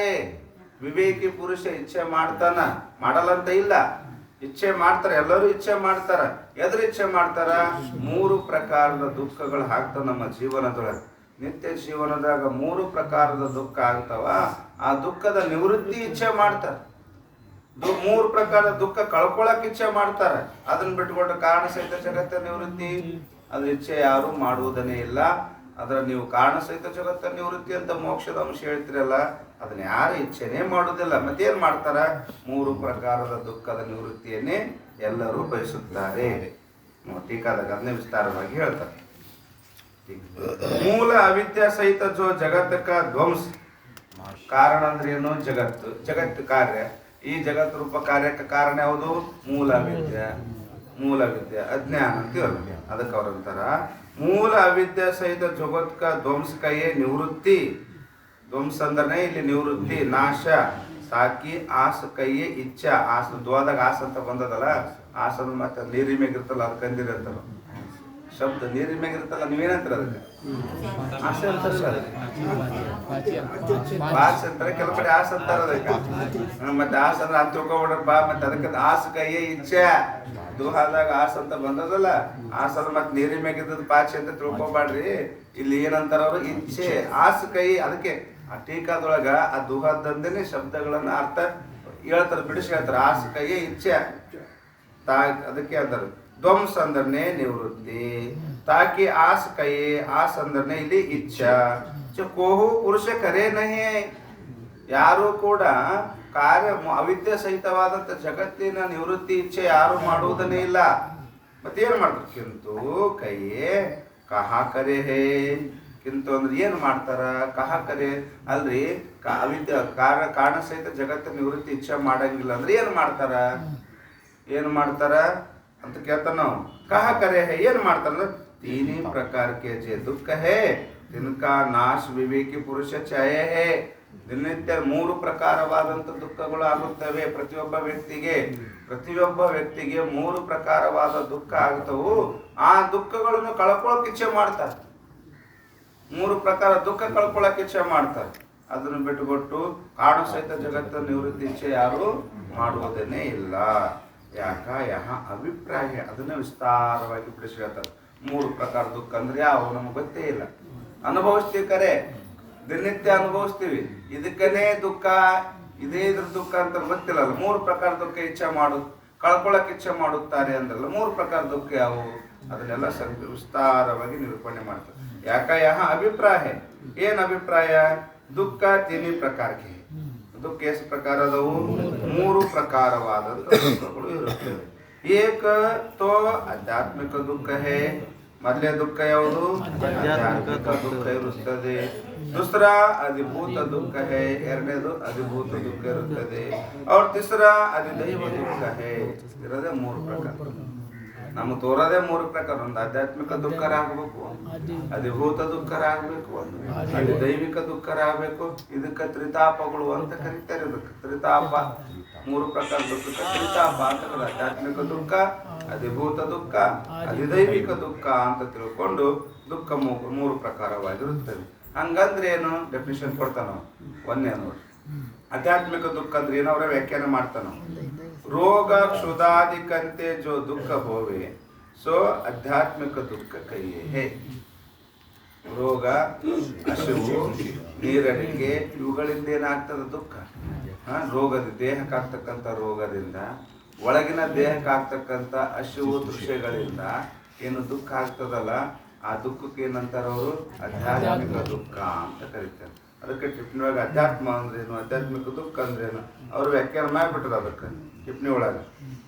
ಅದಕ್ಕೆ ನಮ್ಮಲ್ಲಿ ಒಂದು ಇರ್ತದಲ್ಲ, ಪೂರ ಮುಗಿಸ್ತೀನಿ ಆಮೇಲೆ ಅದು ಇಷ್ಟು ತಿಳ್ಕೊರಿ. ಆಧ್ಯಾತ್ಮಿಕ ದುಃಖ ಅಂದ್ರೆ ಏನು? ರೋಗ ಹಸಿವು ದೃಶ್ಯಗಳಿಂದ ಏನಾಗ್ತದ ದುಃಖ, ಅದಕ್ಕೆ ಆಧ್ಯಾತ್ಮಿಕ ದುಃಖ ಎನ್ನುತ್ತಾರೆ. ಅಂದ್ರೆ ದೇಹಕ್ಕೆ ಬರ್ತಕ್ಕಂಥದ್ದು, ದೇಹವನ್ನು ಆಶ್ರಯ ಮಾಡಿಕೊಂಡು, ಈ ದೇಹದ ಆತ್ಮನನ್ನು ಆಶ್ರಯ ಮಾಡಿಕೊಂಡಕ್ಕಂಥ ಈ ದೇಹ ಅಲ್ಲ, ಈ ದೇಹಾದಿಗಳಿಂದ ನಮ್ಮ ದುಃಖ ಆಗ್ತದಲ್ಲ, ಅದು ದುಃಖ ಅದರಿಂದ ಆಗ್ತದೆ. ದೇಹಾದಿಗಳಿಂದ ದುಃಖ ಆಗ್ತದೆ. ಅದಕ್ಕೆ ತನು ರುಚಿ ಆಗರ ಅತಿ ದುಃಖ ಸಾಗರ, ತಾಪ ಕ್ಲೇಶಗಳ ಗೊತ್ತು ತನು ಮೂಲಬಹುದು ಅಖಿಳ ದುಃಖಕ್ಕೆ ತನು ಭಾವವಳಿಯ ದುಃಖದ ಕೇಡು. ಪರಮಾನುಭವದೊಳಗೆ ಕಮಂದರ ತನು ನಾನಂತ ಇಲ್ಲಿ ತನಂತೆ ತನು ತಾನೆಂಬ ತನು ತನ್ನದೆಂಬ ತನ್ಮುಖ್ಯ ಜಗವಿದು ನಿಜವೆಂಬ ಇಲ್ಲಿ ತನ ಈ ಭ್ರಮ ಇರ್ತದ, ಈ ಭ್ರಾಂತಿ ಇರ್ತದ, ಅಲ್ಲಿ ಪರ್ಯಂತರವಾಗಿ ಈ ದೇಹದಿಂದ ಆಗ್ತಕ್ಕಂಥ ದುಃಖಗಳು ನಮ್ಗೆ ಆಗ್ತಾವ. ರೋಗಾದಿಗಳಿಂದ ಅಶುತೃಷ್ಯಗಳಿಂದ ನಮಗೆ ದುಃಖ ಆಗುತ್ತವೆ. ಇದಕ್ಕೆ ಆಧ್ಯಾತ್ಮಿಕ ದುಃಖ ಅನ್ನುತ್ತಾರೆ. ಎರಡನೇ, ಚೋರ ವ್ಯಾಘ್ರ ಸರ್ಪಾದಿಕಂತೆ ಜೋ ದುಃಖ ಹೋವೆ ಸೊ ಅಧಿಭೂತ ದುಃಖ ಕೈಯೇ ಹೇ. ನಮ್ಮ ಶರೀರಕ್ಕಿಂತಲೂ ಭಿನ್ನವಾಗಿ, ನಮ್ಮ ಶರೀರ ಅಂದ್ರೆ ಸ್ಥೂಲ ಶರೀರ ಮತ್ತು ಸೂಕ್ಷ್ಮ ಶರೀರ. ಈ ಸ್ಥೂಲ ಶರೀರ ಸೂಕ್ಷ್ಮ ಶರೀರಕ್ಕಿಂತಲೂ ಭಿನ್ನವಾಗಿತ್ತು. ನಮ್ಮ ಇಂದ್ರಿಯಗಳಿಗೆ ಗೋಚರವಾಗಿ, ಇಂದ್ರಿಯಗಳಿಗೆ ವಿಷಯವಾಗಿ ಅವುಗಳಿಂದ ನಮಗೇನೋ ದುಃಖ ಆಗ್ತದಲ್ಲ, ಇದಕ್ಕೆ ಅಧಿಭೂತ ದುಃಖ ಅಂತ ಕರೀತಾರೆ. ನಮ್ಮ ಸ್ವಸಂಗದಕ್ಕಿಂತಲೂ ಭಿನ್ನ ಇರಬೇಕು, ನಮ್ಮ ಶರೀರಕ್ಕಿಂತಲೂ ಭಿನ್ನ ಇರಬೇಕು. ಮತ್ತೆ ನಮ್ಮ ಇಂದ್ರಿಯಗಳಿಗೆ ಕಾಣಬೇಕು, ನಮ್ಮ ಇಂದ್ರಿಯ ವೇದ್ಯ ಇರಬೇಕು, ಕಣ್ಣಿಗೆ ಕಾಣಬೇಕು, ನೇತ್ರೇಂದ್ರಿಯಕ್ಕೆ ಕಾಣಬೇಕು. ಅವು ಯಾವುವು ಅವ್ರು ಉದಾಹರಣೆ ಕೊಟ್ಟಾರೆ. ಯಾವ ಹೇಳೋರು? ಚೋರ ಅಂದ್ರ ಕಳ್ಳ. ರಾತ್ರಿ 12 ಗಂಟೆ ಆಗಿತ್ತು, ನಿಮ್ಮ ಮನೆ ಕಳ್ಳ ಬಂದ, ಭಾಳ ಖುಷಿ ಆಯ್ತಾ? ನೀವು ಒಮ್ಮೆ ನನ್ನ ಭಜನೆ ಮಾಡಿದ್ರೆ ಕಳ್ಳ ಬಂದ ಅಂತ ಎಷ್ಟು ಗಾಬರಿಸಿದ್ರಲ್ಲ ಕಳ್ಳನ. ಮತ್ತೆ ನಮಗ ಆಗ್ಲಾರ್ದಂತ ನಮ್ಮ ಪ್ರಾಣ ಹತ್ಯೆ ಮಾಡ್ತಕ್ಕಂಥ, ಪ್ರಾಣಕ್ಕೆ ಹಾನಿ ಆಗ್ತಕ್ಕಂಥ ಹಾವು ಬಂತು, ಹಾವು ಬಂತ ತಿಳ್ಕೊಂಡು ಭಾಳ ಖುಷಿ ಆಯ್ತು. ಬಾರಪ್ಪ ಅಂತ 4 ಕೊಟ್ರೆ ಕುಡಿಯಕ್ಕೆ ಒಂದು ಬಟ್ಲ ಹಾಕಿ ಎಷ್ಟು ತ್ರಾಸ ಪಡ್ಕೊಂತೀವಿ. ಒಂದು ಹುಲಿನ ಬಂತಂತ ತಿಳ್ಕೊಂಡು ಎಷ್ಟು ತ್ರಾಸ ಆಗ್ತದ. ಅದಕ್ಕೆ ಅವ್ರಂತ ನಮಗಿಂತಲೂ ಬೇರೆ ಇರಬೇಕು, ನಮ್ಮ ಕಣ್ಣಿಗೆ ಕಾಣ್ತಿರ್ಬೇಕು. ಅವುಗಳಿಂದ ನಮಗೇನು ತ್ರಾಸ ಆಗ್ತದಲ್ಲ, ನಮ್ಮ ವೈರಿ ಬಂದು ಅಂತ ತಿಳ್ಕೊರ ಎಷ್ಟು ಖುಷಿ ಆಗ್ತದಲ್ಲ ಮನುಷ್ಯನಾಗ. ನಮ್ಮ ವೈರಿ ನೋಡಿದಾಗ ಖುಷಿ ಆಗ್ತದೇನ್ರಿ? ತಾಪ ಆಗ್ತದ. ಏನ್ ಮಾಡ್ಲಿ ಬಿಡ್ಲಿ ಅನ್ನಂಗ ಆಗ್ತದ. ಅದಕ್ಕೆ ಏನಂತಾರ? ದುಃಖ. ಇದಕ್ಕೆ ಅದೇನಂತಾರ? ಅಧಿಭೂತ ದುಃಖ ಅಂತ ಕರೆಯುತ್ತಾರೆ. ಅಧಿಭೂತ ದುಃಖ ಕೈ. ಮೂರನೇದು, ಯಕ್ಷ ರಾಕ್ಷಸ ಪ್ರೇತ ಗ್ರಹಾದಿಕ ಜೋ ಶೀತ ವಾತ ಆತಪ್ತೆ ಜೋ ದುಃಖ ಹೋವೆ ಸೊ ಅಧಿದೈವ ದುಃಖ ಕೈಯೇ ಹೇ. ಇನ್ನೊಂದು ಅಧಿದೈವ ದುಃಖ ಅದ. ಇವನ್ನ ಹೆಂಗಾರ ಕಳ್ಕೋಬಹುದು, ಅವು ಕಳ್ಕೊಳ್ಳೋದೇ ಬಹಳ ಕಷ್ಟ ಆಗ್ತದೆ. ಕಣ್ಣಿಗೆ ಕಂಡದ್ದು ಹೆಂಗಾರ ಮಾಡಿ ತಪ್ಪಿಸ್ಕೋಬೋದ್ರಿ, ಇವು ಕಣ್ಣಿಗೆ ಕಾಣಂಗಿಲ್ಲ. ಅದು ನಮಗಿಂತಲೂ ಬೇರೆ ಇರಬೇಕು, ನಮ್ಮ ಶರೀರಕ್ಕಿಂತಲೂ ಬೇರೆ ಇರಬೇಕು. ಆದ್ರೆ ನಮ್ಮ ಕಣ್ಣಿಗಾರ ಕಾಣಬಾರ್ದು, ಅವುಗಳಿಂದ ನಮ್ಗೆ ತ್ರಾಸ ಆಗ್ಬೇಕು. ಇದಕ್ಕೆ ಅಧಿದೈವಿಕ ದುಃಖ ಅಂತ ಕರೀತಾರೆ. ಉದಾಹರಣೆ ಕೊಡ್ತಾರ ಅವ್ರು. ಯಾವುದು ಅಂದ್ರ ಯಕ್ಷ ರಾಕ್ಷಸ ಪೇತ ಅಂದ್ರ ಇವು ಪಿಶಾಚಿಗಳಿರ್ತಾವ, ದೇವ ಅಂತೀರ. ಕಣ್ಣಿಗೆ ಕಾಣ್ತಾವಲ್ಲ, ಹೇಳಿ ಬರ್ತಾವ. ನಮ್ಮ ಒಳ್ಳೆ ಮೈಯಾಗ ಬರ್ಬೇಕಾದ್ರೆ ನಾವು ಬರ್ತೀವಿ ನೋಡು, ಒಂದ್ 4 ದಿನ ಇರ್ತೀನಿ ನಿನ್ನ ಬಲ್ಲಿ ಅಂತ ಅಂದ್ರೆ ಕೇಳ್ತಾವ? ಇವು ಕಣ್ಣಿಗೆ ಕಾಣೋದಿಲ್ಲ. ಅವು ಗ್ರಹಗಳು ಕಾಡ್ತಾವಂತಾರ. ಹೌದು, ನವಗ್ರಹ ಪೂಜೆ ಮಾಡಿಸ್ತಿರಲ್ಲ ಮನುಷ್ಯಂತೆ ಮಾಡುವಾಗ ನವಗ್ರಹ ಪೂಜೆ ಮಾಡ್ರಿ ಅಂತ ಹೇಳ್ತಾರ ಅವ್ರು. ನವಗ್ರಹ ಪೂಜೆ ಎಷ್ಟೋ ರೊಕ್ಕ ಖರ್ಚು ಮಾಡಿ 20,000 ತನಕ ಖರ್ಚು ಮಾಡಿ ನವಗ್ರಹ ಪೂಜೆ ಮಾಡಿ ಒಂದರ ಗ್ರಹ ಕಾಣದ ನಿಮ್ಮ ಕಣ್ಣಿಗೆ ಅಂತ ಕಾಡ್ತಕ್ಕಂಥ ಗ್ರಹ ಒಂದರ ಕಣ್ಣಿಗೆ ಕಾಣ್ತಾ. ಮತ್ತೆ ನೀವು ಹೆಂಗ್ ನವಗ್ರಹ ಪೂಜೆ ಮಾಡಿಸಿದ್ರಿ? ಪೂಜೆ ಮಾಡ್ತಿರಲ್ಲ, ಕಣ್ಣಿಗಾರ ಕಾಣೋದಿಲ್ಲ, ಕಾಡೋದಾರ ಬಿಡಂಗಿಲ್ಲ ಅಂತ. ಯಕ್ಷ ರಾಕ್ಷಸ ಪ್ರೇತ ಗ್ರಹಗಳು ಅಷ್ಟೇ ಅಲ್ಲ, ಶೀತ ನೋಡಿ ಚಳಿ ಆಯ್ತು ಅಂದ್ರೆ ಎಷ್ಟು ತ್ರಾಸ ಆಗ್ತದೆ. ಕಣ್ಣಿಗೆ ಕಾಣೋದೇನ ಇಲ್ಲ. ವಾತಪ ಗಾಳಿ ಶೀತದಿಂದ ಬಿಸಿಲಿನಿಂದ ನಮ್ಮ ಕಣ್ಣಿಗೆ ಕಾಣಲಾರ್ದಂತ ಆತಪ ತೇಜೋ ದುಃಖ ಹೋವೆ ಸೊ ಅಧಿದೈವಿಕ ದುಃಖ ಕೈ. ಶೀತ ಉಷ್ಣ ಇವುಗಳಿಂದ ಏನೋ ನಮಗೆ ದುಃಖ ಆಗ್ತದ. ಇದಕ್ಕೆ ಏನಂತಾರ? ಅಧಿದೈವಿಕ ದುಃಖ. ಇಷ್ಟೇ ತಿಳ್ಕೊರಿ. ನಮ್ಮ ಶರೀರಕ್ಕಿಂತಲೂ ಬೇರೆ ಇರಬೇಕು, ನಮ್ಮ ಕಣ್ಣಿಗೆ ಕಾಣಬಾರ್ದು, ಅವು ನಮ್ಮ ಕಾಡದಾರ ಬಿಡಬಾರ್ದು. ಅವು ದುಃಖ ಕೊಡ್ತಿರ್ಬೇಕು ನಮ್ಗೆ. ಅಂತ ದುಃಖಕ್ಕೆ ಏನಂತೀವಿ? ಅವುಗಳಿಂದ ನಮ್ಗೆ ದುಃಖ ಆಗ್ಬೇಕು. ಅಂತವಕ್ಕೆ ಏನಂತೀವಿ ನಾವು? ಅಧಿದೈವಿಕ ದುಃಖ ಅಂತ ಕರೀತೀವಿ. ನಮಗಿಂತಲೂ ಭಿನ್ನವಾಗಿರ್ಬೇಕು, ನಮ್ಗಿಂತಲೂ ಬೇರೆ ಇರ್ಬೇಕು, ನಮ್ಮ ಕಣ್ಣಿಗೆ ಕಾಣ್ಬೇಕು, ಅವುಗಳಿಂದ ನಮ್ಗೆ ದುಃಖ ಆಗ್ಬೇಕು. ಆ ದುಃಖಕ್ಕೆ ಏನಂತೀರಿ? ಅಧಿಭೂತ ದುಃಖ ಅಂತ ಕರೀತೀವಿ. ಅಧಿಭೂತ. ನಮ್ಮ ಶರೀರದಾಗ ಆಗ್ತಿತ್ತು ದುಃಖ ಅಂದ್ರೆ, ಶರೀರದಿಂದ ದುಃಖ ಆಗ್ತಿತ್ತಂದ್ರೆ ಇಷ್ಟೇ ನೋಡಿ. ನಮ್ಮ ಸ್ಥೂಲ ಶರೀರ ಸೂಕ್ಷ್ಮ ಶರೀರದಿಂದ ದುಃಖ ಆಗ್ತಿತ್ತು, ಆಧ್ಯಾತ್ಮಿಕ ದುಃಖ. ಈ ಎರಡು ಶರೀರಕ್ಕಿಂತಲೂ ಭಿನ್ನವಾಗಿದ್ದು ನಮ್ಮ ಕಣ್ಣಿಗೆ ಕಾಣ್ತಕ್ಕಂಥ ವಿಷಯಗಳಿಂದ ನಮ್ಗೆ ತ್ರಾಸ ಆಗ್ತಿತ್ತು, ಅಧಿಭೂತ ದುಃಖ. ಈ ಎರಡು ಶರೀರಕ್ಕಿಂತಲೂ ಭಿನ್ನವಾಗಿದ್ದು ನಮ್ಮ ಕಣ್ಣಿಗೆ ಕಾಣದೇ ಇರ್ತಕ್ಕಂಥವುಗಳಿಂದ ನಮ್ಗೆ ತ್ರಾಸ ಆಗ್ತಿತ್ತು ಅಂದ್ರ ಆ ದುಃಖಕ್ಕ ದೈವಿಕ ದುಃಖ ಅಂತ ಈ ಮೂರು ಪ್ರಕಾರವಾದ ದುಃಖಗಳು ಇರುತ್ತವೆ. इस रीति से तीन भांति के जो दुख है, ಭಾಂತಿ ಅಂದ್ರೆ ಪ್ರಕಾರ, ಮೂರು ಪ್ರಕಾರವಾದಂತ ದುಃಖ ಇರುತ್ತವೆ. ತಿನಿಕೆ ನಾಶಕಿ ಸರ್ವ ಪುರುಷಕ್ಕೂ ಇಚ್ಛಾ ಹೇ, ಇವುಗಳ ನಾಶ, ಇವು ಕಳ್ಕೊಬೇಕಂತ ಪ್ರಯತ್ನ ಮಾಡ್ತಾನಲ್ಲೋ. ದವಾಖಾನಿಗೆ ಹೋಗ್ತೀವಿ, ಏನು ಇದೇಕಂತ ಚಟ ಕಳ್ಕೊಳಕ ದವಾಖಾನಿಗೆ ಹೋಗ್ತೀವಿ. ಮತ್ತೆ ಯಾವ ನಮಗೆ ಆಯ್ಕೆ ಬರಂಗಿಲ್ಲ ಅವರಿಂದ ದೂರ ಇರಕ ಪ್ರಯತ್ನ ಮಾಡ್ತೀವಿ, ಅವುಗಳಿಂದ ದೂರ ಇರಕ್ ಪ್ರಯತ್ನ ಮಾಡ್ತೀವಿ. ಮನೆ ಎಲ್ಲ ಕಟ್ಕೊಂಡ್ವಿ, ಎದ್ರ ಸಲ ಕಟ್ಕೊಂಡ್ವಿ, ಹಾವು ಬರ್ಲಿ ಚೇಳು ಬರ್ಲಿ ಅಂತ ಕಟ್ಕೊಂಡಿವ ನಾವು. ಇಲ್ಲ, ಮನೆ ಚಂದ ಕಟ್ಬೇಕಪ್ಪ, ಎತ್ತರಿಗೆ ಕಟ್ಬೇಕಪ್ಪ. ಎತ್ತರಿಗೆ ಯಾಕೆ ಕಟ್ಟಿದ್ರೆ ತಳಗಿದ್ರಪ್ಪ ಅಂದ್ರೆ ಹಾವು ಚೇಳು ಸ್ಥಳ ಒಳಗೆ ಬರ್ತಾವಂತ. ಎತ್ತರ ಹೈಟ್ ಕಟ್ಕೋಬೇಕು, ಮತ್ತೆ ಅವ್ಕೆ ನಡೆಯಕ್ಕೆ ಬರ್ಲಾರ್ದಂತ ಬಂಡಿ ಹಾಕ್ಬೇಕು. ಹೇಳ್ರಿ ಯಾಕ? ಅವುಗಳಿಂದ ದೂರ ಕಳ್ಕೊಳಕ್ ಪ್ರಯತ್ನ ಮಾಡ್ತೀವಿ ನಾವು. ದೇಹಕ್ಕೆ ಎಷ್ಟು ಯೋಗ ಮಾಡ್ತೀವಿ, ಧ್ಯಾನ ಮಾಡ್ತೀವಿ, ಪ್ರಾಣಾಯಾಮ ಮಾಡ್ತೀವಿ, ಔಷಧ ತಗೊಂತೀವಿ, ಮತ್ತೆ ಆಹಾರ ಹಿತಮಿತವಾದಂತ ಆಹಾರ ಊಟ ಮಾಡ್ತೀವಿ. ಅದ್ರ ಸಲುವಾಗಿ ರೋಗ ಬರಬಾರ್ದನ್ನ ಇದನ್ನು ಕಳ್ಕೊಳಕ್ ಪ್ರಯತ್ನ ಇದಾಗಿತ್ತು, ಕಳ್ಕೊಳ್ತೀವಿ. ಬರ್ಲಾರ್ದಂಗ ಇದ್ದಿಲ್ಲ ಅಂದ್ರೆ ಬರ್ಲಾರ್ದಂಗೂ ಕಾಪಾಡ್ಕೊಂಡು ಹೋಗ್ತೀವಿ. ಇವು ಎಲ್ಲರೂ ಇಚ್ಛೆ ಮಾಡೋದು ಎದಕ್ಕ ಅಂದ್ರ ಈಗ ಏನು ಮೂರು ಪ್ರಕಾರ ದುಃಖಗಳಾಗ್ತಾವಲ್ಲ, ಇವು ದುಃಖಗಳನ್ನು ನಮಗ್ ಬರಬಾರ್ದು, ಇವುಗಳಿಂದ ನಮಗ್ ದುಃಖ ಆಗ್ಬಾರ್ದು ಅಂತ ಇಚ್ಛೆ ಮಾಡ್ತಾನೆ. ಅದನ್ನ ಬಿಟ್ಕೊಟ್ಟು ಅಜ್ಞಾನ ಕಳ್ಕೊಬೇಕಂತ ಯಾರು ಇಚ್ಛೆ ಮಾಡ್ತಾನೆ? ಹೌದಿಲ್ರಿ? ಇದಕ್ಕೆಲ್ಲರೂ ಪ್ರಯತ್ನ ಮಾಡಕತ್ತೀವಿ ಇಲ್ಲ ನಾವು. ಪ್ರತಿಕ್ಷಣ ಪ್ರತಿಯೊಬ್ಬ ವ್ಯಕ್ತಿ ಪ್ರಯತ್ನ ಎದಕ್ಕದ? ಈ ದುಃಖ ಕಳ್ಕೊಳಕ ಪ್ರಯತ್ನ ಅದ. ಇವುಗಳೇನ್ ಆಗಕತ್ತೀವ ಮೂರು ಪ್ರಕಾರ ದುಃಖಗಳು ನಮಗ ಈ ದುಃಖ ಕಳ್ಕೊಳಕ ಪ್ರತಿಯೊಬ್ಬ ವ್ಯಕ್ತಿ ಪ್ರಯತ್ನ ಅದ. ಈ ದುಡಿತಾನೆ, ಕೆಲಸ ಮಾಡ್ತಾನೆ, ಎದ್ರ ಸಲುವಾಗಿ? ತ್ರಾಸ ಆಗ್ಲಿ ಅಂತ. ಎದ್ರ ಸಲುವಾಗಿ? ಹಸಿವಿನಿಂದ ಆಗ್ತಕ್ಕಂಥ ದುಃಖ ಕಳ್ಕೋಬೇಕು ಅಂತ. ಫಿಲ್ಟರ್ ನೀರು ಕುಡಿತಾನೆ, ಹೋಗಿ 10 ರೂಪಾಯಿ 20 ರೂಪಾಯಿ ಕೊಟ್ಟು ಖರೀದಿ ಮಾಡಿ ಕುಡಿತಾನೆ. ಅದ್ರ ಸಲುವಾಗಿ ಕೃಷಿಯಿಂದ ಆಗ್ತಕ್ಕಂಥ ದುಃಖ ಕಳ್ಕೋಬೇಕು. ಆದ್ರೆ ಇದನ್ನ ಇಚ್ಛೆ ಮಾಡ್ತಿರಲ್ಲ ಕರೆ. ಇದನ್ನ ಇಚ್ಛೆ ಮಾಡ್ಬಿಟ್ಟು ಯಾರು ಅಜ್ಞಾನ ಕಳ್ಕೋಬೇಕಂತ ಇಚ್ಛೆ ಮಾಡ್ರಿ. ನೀವೇ 4 ಮಂದಿ ಇದ್ರು ನೋಡ್ರಿ. ಅದು ಎಷ್ಟು ತೀವ್ರ ಇಚ್ಛೆ ಅದ ನನಗ್ ಗೊತ್ತಿಲ್ಲ. ಅಜ್ಞಾನ ಕಳ್ಕೋಬೇಕು ಅವಂತಾನ ಇವ್ರು ಹುಚ್ಚಿಡೋದಂತ ನಮ್ಮ ನೋಡ್ಯಾವ್ರ. ಅಲ್ಲ, ಈ ಮೂರು ಪ್ರಕಾರ ದುಃಖ ಇವನ್ ಕಳ್ಕೊಳ್ಳೋದ್ ಬಿಟ್ಟು ಅಜ್ಞಾನ ಕಳ್ಕೋಬೇಕು. ಒಮ್ಮಿಗೆ ಅಲ್ಲೇ ಅಜ್ಞಾನ ಕಳ್ಕೋಬೇಕು ಅಂತ ಕುಂತವಲ್ಲಪ್ಪ ಇವು ಅಂತ ನಮ್ಗೆ ಹುಚ್ಚರಂತಾವ.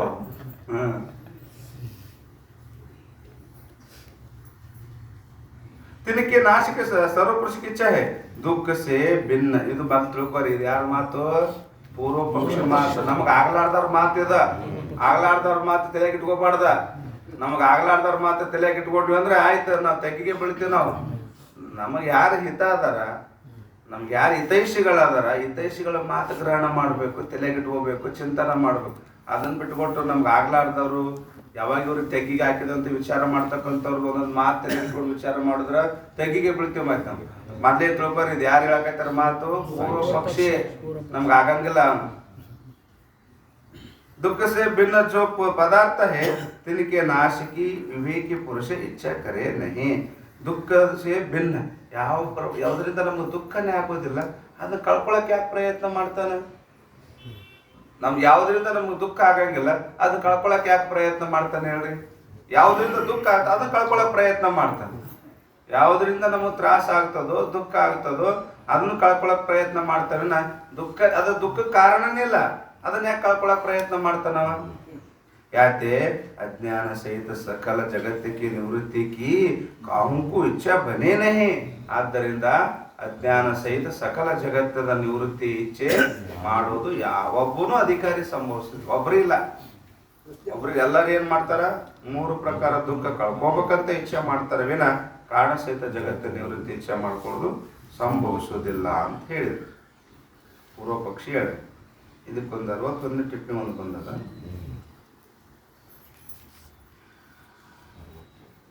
तीन प्रकार के दुख है तिनका नाश विवेकी पुरुष चाहे है ಅಂದ್ರಲ್ಲ.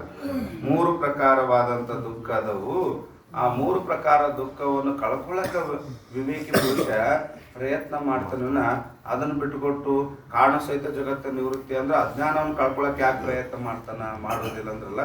ಅದಕ್ಕೊಂದು ಟಿಪ್ಪಣಿ ಕೊಟ್ಟರು, ಎಷ್ಟು ಚಂದ ಹೇಳ್ತಾರೆ.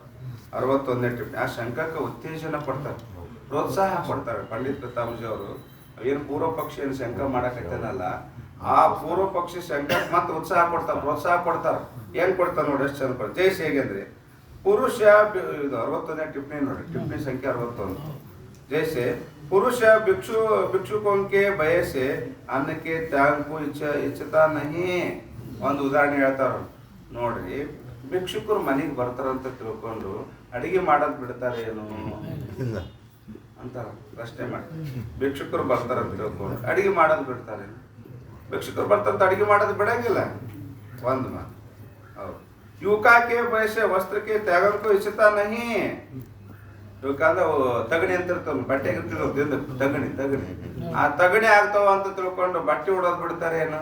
ವಸ್ತ್ರಕ್ಕೂ ತ್ಯಾಗ ಕರ್ತೆ ಅಂತ ಅಲ್ಲಿ ತಗಣಿ ಕಡಿತೇವ, ಬಟ್ಟೆ ಹಾಕೊಂಡ್ರ ತಗಣಿ ಕಡಿತೇವ ಅಂತ ತಿಳ್ಕೊಂಡು ಬಟ್ಟೆ ಹಾಕೊಳ್ಳೋದು ಬಿಡ್ತಾರೆ ಏನೋ? ಅದಕ್ಕೆ ಹೇಳ್ತಾರ ಯುವಕಕ್ಕೆ ಬಯಸೆ ವಸ್ತ್ರಕ್ಕೆ ತ್ಯಾಗಕ್ಕೂ ಇಚ್ಛತಾ ನಹಿ. ಈಗ ಹೆಣ್ಮಕ್ಳ ತಲೆಗ ಏನಾಗ್ತಾವ, ಏನ್ ಹಾಕೋ ಅಂತ ತಿಳ್ಕೊಂಡು ತಲೆ ಬಳಸ್ತಾರೆ, ಬೇರೆ ಉಪಾಯ ಮಾಡ್ಕೊಂತಾರೆ. ಏನಾಗ್ಲಾರ್ದ ಪುಡಿ ಸಿಗ್ತದ, ಎಣ್ಣೆಯಾಗ ಪೌಡ್ರ್ ಹಾಕೋದು, ಪೌಡಿ ಹಾಕೊಂಡು ಕಲಸ್ಕೊಂಡು ಹಚ್ಕೊಂಡ್ರ ಸಾಯ್ತಾವ. ಸಾಕಾಗ್ಯದ, ಏನು ಭಾಳ ಕಡಿತೇವು ಅಂತ ತಿಳ್ಕೊಂಡು ಮೇಲಿನ ತಲೆ ಮೇಲಿನ ಕುಲ್ಲ ತೆಗಿತಾರೇನೆ. ಯಾರ ತೆಗೆದ್ರ ಅಂದ್ರೆ ಶಾಣೆ ಅಂತೀರೇನೋ ಅಂತ ನಾವು ಎಷ್ಟಂತ ಇದಕ್ಕೆ ಇದು ಮಾಡೋದು, ಎಷ್ಟಂತ ಕಟ್ಸ್ಕೊಳ್ಳೋದು, ಏನು ಪುಟ್ಟ ಅಂತ ತಿಳ್ಕೊಂಡು ಅದಕ್ಕೆ ಕೂದಲನ್ನ ತೆಗಿತಾರೇನು? ಒಂದ್ ವೇಳೆ ಕೂದಲ ತೆಗೆದ್ರ ಅಂದ್ರಪ್ಪ ಅಂದ್ರೆ ಶಾಣೆ ಅಂತೀರೇನು? ದೇವ್ರಿಗೆ ಬಿಡ್ಕೊಂಡು ತೆಗೆದು ಬೇರೆ, ನಾ ಅದನ್ನ ಹೇಳಕತ್ತಿಲ್ಲ. ತಿರುಪತಿಗೆ ಹೋಗಿ ತಲೆ ಕೊಡ್ತಾರ, ಅದನ್ನ ಹೇಳಕತ್ತಿಲ್ಲ. ಯುವಕ ಹಾಕಿ ಬೈತದೆ, ಏನಾಗ್ತಾವ ತಲೆಯಾಗ ಏನಾಕವಂತ ತಿಳ್ಕೊಂಡು ತಲೆ ಕೂದಲ ತೆಗಿತಾರೇನು? ಏನ್ ಮಾಡ್ತಾರ ಮತ್ತೆ? ಉಪಾಯ ಮಾಡ್ತಾರ. ಏನಂದ್ರೆ ಪೌಡರ್ ಸಿಗ್ತದೆ, ಏನ್ ಹಾಕ್ಯವ್ರಪ್ಪ ಅದು ನಮ್ಮ ತಲೆಗೆ ಏನಾಗಲ್ಲ ಅಂತ ಉಪಾಯ ಮಾಡ್ಕೊಂಡು ಅದನ್ನ ತೆಗಿಯಕ್ ಪ್ರಯತ್ನ ಮಾಡ್ತಾರೆ. ಮತ್ತೆ ಭಿಕ್ಷುಕರು ಬರ್ತಾರೆ ತಗೊಂಡು ಲಾಸ್ಟ್ ಬಾಗ್ಲಾಕ್ ಹೋಗ್ಬೇಕು. ಭಿಕ್ಷುಕರು ನೀಡೋದು ಇಷ್ಟ ಇಲ್ಲ ಅಂದ್ರೆ, ಅವ್ರಿಗೆ ಭಿಕ್ಷೆ ನೀಡೋದು ಇಷ್ಟ ಇಲ್ಲ ಅಂದ್ರೆ ಅಡಿಗೆ ಮಾಡೋದ್ ಬಿಡ್ತಾರೆ ಏನೋ? ಅಡಿಗೆ ಮಾಡ್ತಾರ, ಬಾಗ್ಲಾಕ್ ಹೋಗಿ ಕುಂದಿರ್ತಾರೆ ಒಳಗೆ ಕೊಡಿ. ಅವ್ರು ಏಟಾಕ್ ಹೋದ್ರ ಹೊರಗೆ ನಿಂತ್ಕೊಂಡು ಏಟಾಕ್ ಹೋದ್ರ ಮುಂದೆ ಓದ್ತದ ಅವೇ ಸಿಟ್ಟಾಗಂದ ನೋಡ್ರಿ. ಯಾವಾಗ ನೋಡ್ರಿ ಬಾಗ್ಲ ಬಂಡಿ ಹಾಕಿದ್ದೇ ಇರ್ತದ ಒಳಗಡೆ. ಅವು ಬಂದದು ಒದರಿ ಹಂಗೆ ಹೋಗ್ಬೇಕು ಅವು ಮುಂದಕ್ಕೆ. ಅಲ್ಲ ನೀಡಕ್ ಇಷ್ಟ ಇಲ್ಲ ಅಂತ ಭಿಕ್ಷುಕರು ಕಿರಿಕಿರಿ ಭಾಳ ಆಯ್ತಪ್ಪ ಅಂತ ತಿಳ್ಕೊಂಡು ಅವ್ರು ಅಡಿಗೆ ಮಾಡೋದ್ ಬಿಡ್ತಾರ ಮನೆ ಬಿಡಂಗಿಲ್ಲ, ಪಾಲ ಹಾಕ್ತಾರ, ಇಲ್ಲ ಅಂತ ಹೇಳಿ ಕಳಿಸ್ತಾರ. ಇನ್ನೊಂದು ಉದಾಹರಣೆ ಕೊಡ್ತಾರೆ, ಇದು ಗೊತ್ತಾಯ್ತು. ಯುವಕಕ್ಕೆ ಬಯಸೆ ವಸ್ತ್ರಕ್ಕೆ ತ್ಯಾಗ ಇಚ್ಛತಾ ನಹಿ ಅಂದ್ರೆ ತಗಣಿ ಆಗ್ತಾವ, ತಗಣಿ ಕಡಿತೇವ ತಿಳ್ಕೊಂಡು ಬಟ್ಟೆ ಉಟ್ಕೊಳ್ಳೋದು ಬಿಡ್ತಾರೆ ಏನು? ಯಾರು ಇಲ್ಲ. ಹೌದು. ಪಶು ಪಕ್ಷಿಗೆ ಬಯಸೆ ಕ್ಷೇತ್ರಕ್ಕೆ ತ್ಯಾಗ ಇಚ್ಛತಾ ನಹಿ. ಒಬ್ಬ ರೈತನ ಉದಾಹರಣೆ ಕೊಟ್ಟರು. ಏನಪ್ಪ ಗುಬ್ಬಿ ಕಾಟ ಭಾಳ ಆಯ್ತು, ಅಕ್ಕಿ ಕಾಟ ಭಾಳ ಆಯ್ತು, ಬೇಡ ಹೊಲಕ್ಕೆ ಬಿತ್ತದೇ ಬೇಡ ಅಂತ ಬಿತ್ತದೇ ಬಿಡ್ತಾರೆ ಏನವ್ರ ಅಂತ ಬಿತ್ತದ್ ಬಿಡ್ತಾರೆ. ಏನ್ ಮಾಡ್ತಾರೆ? ಯಾವಾಗ ಒಂದ್ ತಿಂಗಳು ಕಾಯೋದಿರ್ತದ. ತೆನಿ ಬಂದಾಗ ಒಂದ್ ತಿಂಗಳು 1.5 ತಿಂಗಳು ಕಾಯ್ದ್ರ ಆಯ್ತು ಅಂತ ತಿಳ್ಕೊಂಡು ಕಾಯ್ತಾರ ಇಲ್ಲ? ಏನೇ ಗುಬ್ಬಿ ಕಾಟ ಭಾಳ ಆಯ್ತಪ್ಪ, ಇಲ್ಲಿ ಕಿರಿಕಿರಿ ನಡಿ ಅಂತ ತಿಳ್ಕೊಂಡು ಏನು ಹೊಲನ ಬೀಳ್ಬಿಡ್ತಾರ? ಹೊಲನೇ ಬೀಳ್ಬಿಡ್ತಾರೆ? ಹೊಲ ಬೀಳ್ಬಿಡಲ್ಲ. ಪರ್ಯಾಯ ಯಾವ್ದಾರ ಬೇರೆ ಹಾಕ್ಬೋದು. ಗುಬ್ಬಿ ಕಾಟ ಭಾಳ ಆಯ್ತು ಬೇರೆ ಪರ್ಯಾಯ ಬೆಳಿಬೋದು. ಅದು ಹೊಲನೇ ಬಿಟ್ಟು ಬಿಡ್ತಾರೇನೋ? ಈ ಕಿರಿಕಿರಿ ನಡೆಯಪ್ಪ, ದನಕರ ಕಿರಿಕಿರಿ, ಅದ್ರ ಕಿರಿಕಿರಿ ಅಂತ ಇಲ್ಲ. ತ್ಯಾಗಿಸಿತ ನಹಿ ದಯಸೆ. ಅದ್ರ ಇದು ದೃಷ್ಟಾಂತಗಳು ಮೂರು ದೃಷ್ಟಾಂತ, 3 ಪ್ರಕಾರ. ಅದಕ್ಕೆ ಸಿದ್ಧಾಂತ ಅವ ಹೇಳ್ತಾನ. ಯಾವ ಪೂರ್ವ ಪಕ್ಷ ಪ್ರಕಾರವಾಗಿ ಹೇಳ್ತಾರೆ ಪಂಡಿತ್ ಪಿತಾಂಬರ್ ತೈಷ. ಅದಂತೆ ವಿವೇಕಿ ಪುರುಷ ಬಿ ತ್ರಿವಿಧ ದುಃಖಕ್ಕೆ ಬಯಸೆ ಕಾರಣ ಸಹಿತ ಜಗತ್ತಿಗೆ ನಾಶಕ್ಕೂ ಇಚ್ಛತಾ ನಹಿ. ವಿವೇಕಿ ಪುರುಷ ಆದಂಥವನು 3 ಪ್ರಕಾರ ದುಃಖದ ಭಯದಿಂದ, ಆಧ್ಯಾತ್ಮಿಕ ದುಃಖ, ಅಧಿಭೂತ ದುಃಖ, ಅದೈವಿಕ ದುಃಖ, ಈ ದುಃಖಕ್ಕೆ ಬೇಸತ್ತು ಅಜ್ಞಾನ ಸಹಿತ ಜಗತ್ತನ್ನು ನಿವೃತ್ತಿನೇ ಮಾಡ್ಕೊಳಕ್ ಪ್ರಯತ್ನ ಮಾಡ್ತಾನೆ ನಾವು ಅಂತಾರ ಅವ್ರು. ಈ ದುಃಖಕ್ಕೆ ಬೇಸತ್ತ ಅದನ್ನ ಕಳ್ಕೊಳಕ್ ಪ್ರಯತ್ನ ಮಾಡಲ್ಲ. ಇದು ಯಾವುದರಿಂದ ದುಃಖ ಆಗ್ತದ, ಇದಕ್ಕೆ ಪರಿಹಾರ ಕಂಡ್ಕೊಳ್ತಾನವ. ಆಧ್ಯಾತ್ಮಿಕ ದುಃಖ ಎದರಿಂದ ಆಗ್ತದ, ಅಧಿಭೂತ ದುಃಖ ಎದರಿಂದ ಆಗ್ತದ, ಅಧಿದೈವಿಕ ದುಃಖ ಎದರಿಂದ ಆಗ್ತದ. ಈ ದುಃಖ ಕಳ್ಕೊಳಕ್ ಉಪಾಯ ಮಾಡ್ತಾನ. ಯಾವ ದುಃಖ ಆಗ್ತದ ಆ ದುಃಖ ಕಳ್ಕೊಳಕ್ ಉಪಾಯ ಮಾಡ್ತಾನೆ. ಈ ಜ್ವರ ಬಂದು ಅಂತ ತಿಳ್ಕೊಂಡು, ಜ್ವರ ಬಂದ್ರ ಡಾಕ್ಟರ್ ಬಳಿ ಹೋಗಿ ಒಂದು ಔಷಧ ತಗೊಂತಾನ, ಜ್ವರ ಕಳ್ಕೊಬೇಕಂತ ಪ್ರಯತ್ನ ಮಾಡ್ತಾನೆ. ಅದನ್ನ ಬಿಟ್ಕೊಟ್ರೆ ಗುರುಗಳ ಬಳಿ ಹೋಗಿ ನಂಗೆ ಜ್ವರ ಬಂದವ್ರಿ ಜ್ಞಾನ ಹೇಳ್ರಿ ನನಗೆ ಹೋಗ್ಲಿ ಆ ಕಡೆಗೆ ಪೂರ ಎಲ್ಲ ಅಂತಂದ್ರೆ ಆಗ್ತದೆ? ಅದು ಪ್ರಶ್ನೆ ಅದಾವನಿಗೆ. ಜ್ವರ ಬಂದ್ರ ಡಾಕ್ಟರ್ ಬಳಿ ಹೋಗ್ಬೇಕು, ಔಷಧ ತಗೊಂಡು ಜ್ವರದಿಂದ ಆಗ್ತಕ್ಕಂಥ ಬಾಧೆ ಕಳ್ಕೊಂತಾನವ. ಅದಕ್ಕೆ ಪ್ರಯತ್ನ ಮಾಡ್ತಾನ. ಅದು ಬಿಟ್ಕೊಟ್ಟು ಜ್ವರ ಬಂದವ ತಿಳ್ಕೊಂಡು ಗುರುಗಳು ಬಲ್ಲಿ ಹೋಗಿ ಮುಂದೆ ಕೂತ್ಕೊಂಡು ನಂಗೆ ತತ್ವಮಸಿ ವಾಕ್ಯ ಬೋಧನೆ ಮಾಡಿಬಿಡ್ರಿ, ನಂಗೆ ಅಜ್ಞಾನ ಹೋಗ್ಬಿಡ್ಲಿ, ತ್ರಾಸ ಭಾಳ ಆಗ್ಯದ ಜ್ವರದ್ದು ಅಂತ ಪ್ರಯತ್ನ ಮಾಡ್ತಾನೆ. ಆ ರೀತಿ ಹೇಳಕೈತೆ ನಾವು ನೋಡ್ರಿ ಎಷ್ಟು ಜನ. ಜಗತ್ತಿಗೆ ನಾಶಕ್ಕೂ ಇಚ್ಛಿತ ನಹಿ ಅಂದ್ರೆ ಶರೀರ ಕಳ್ಕೋಬೇಕು, ಶರೀರಕ್ಕೆ ರೋಗ ಬಂದಂತ ತಿಳ್ಕೊಂಡು ಶರೀರ ನಾಶ ಮಾಡ್ಕೊಳಕ ಪ್ರಯತ್ನ ಮಾಡಂಗಿಲ್ಲವ. ಕಿಂತು ತ್ರಿವಿಧ ದುಃಖಕ್ಕೆ ನಾಶಕ್ಕೂ ಇಚ್ಛಿತ ಹೇ. ಮತ್ತೇನು ಮಾಡ್ತಾನ, 3 ಪ್ರಕಾರವಾದಂಥ ಏನು ದುಃಖ ಆಗ್ತದಲ್ಲ, ಆ 3 ಪ್ರಕಾರವಾದಂಥ ದುಃಖವನ್ನು ಕಳ್ಕೊಳ್ಳಕ ಪ್ರಯತ್ನ ಮಾಡುತ್ತಾನೆ. ಯಹ ಸಾಂಖ್ಯ ಮತಕ್ಕೆ ಅನುಸಾರಕ್ಕೆ ಶಂಕಾ ಹೇ. ಇದು ಮತ್ತೆ ನಂದನ್ನ ಅಭಿಪ್ರಾಯ ಇಲ್ಲ, ಸಾಂಖ್ಯಶಾಸ್ತ್ರಕಾರ ಸಾಂಖ್ಯಶಾಸ್ತ್ರಕಾರ ಏನದಲ್ಲ ಕಪಿಲ ಮಹರ್ಷಿಗಳು ಸಾಂಖ್ಯಶಾಸ್ತ್ರ ಅಂತ ಒಂದದು. ಆ ಸಾಂಖ್ಯಶಾಸ್ತ್ರದ ಪ್ರಕಾರವಾಗಿ ಶಂಕ ಇರುತ್ತದೆ. ಎದ್ರ ಮ್ಯಾಗ ಅಧಿಕಾರಿ ಖಂಡನ. ಅಧಿಕಾರಿ ಮುಮುಕ್ಷು, ಅಧಿಕಾರಿ ಅಂದ್ರೆ ಮುಮುಕ್ಷು ಮೋಕ್ಷದ ಇಚ್ಛೆ ಕಾರಣ ಸಹಿತ ಜಗತ್ತ ನಿವೃತ್ತಿ ಇಚ್ಛೆ ಮಾಡೋ ಮುಮುಕ್ಷು ಅಧಿಕಾರಿನೇ ಇಲ್ಲ ಅಂತ ತಿಳ್ಕೊಂಡು ಈ ಖಂಡನ ಯಾರ ಮತಕ್ಕನುಸಾರವಾಗಿರುತ್ತದೆ? ಸಾಂಖ್ಯಶಾಸ್ತ್ರ ಮತಕ್ಕನುಸಾರವಾಗಿರುತ್ತದೆ. ಯಾಕಂದ್ರ ಸಾಂಖ್ಯಶಾಸ್ತ್ರದಲ್ಲಿ ತ್ರಿವಿಧ ದುಃಖದ ನಿವೃತ್ತಿಗೆ ಮೋಕ್ಷ ಅಂತಾರ. ಏನಂತಾರೆ ಸಾಂಖ್ಯಶಾಸ್ತ್ರದಲ್ಲಿ? ತ್ರಿವಿಧ ದುಃಖ ಅದಲ್ಲ, ಆಧ್ಯಾತ್ಮಿಕ ದುಃಖ, ಅಧಿಭೂತ ದುಃಖ, ದೈವಿಕ ದುಃಖ ಅಂತೇಳಿ 3 ಪ್ರಕಾರ. ಈ 3 ಪ್ರಕಾರದ ದುಃಖದ ನಿವೃತ್ತಿಗೆ ಮೋಕ್ಷ ಅಂತಾರ.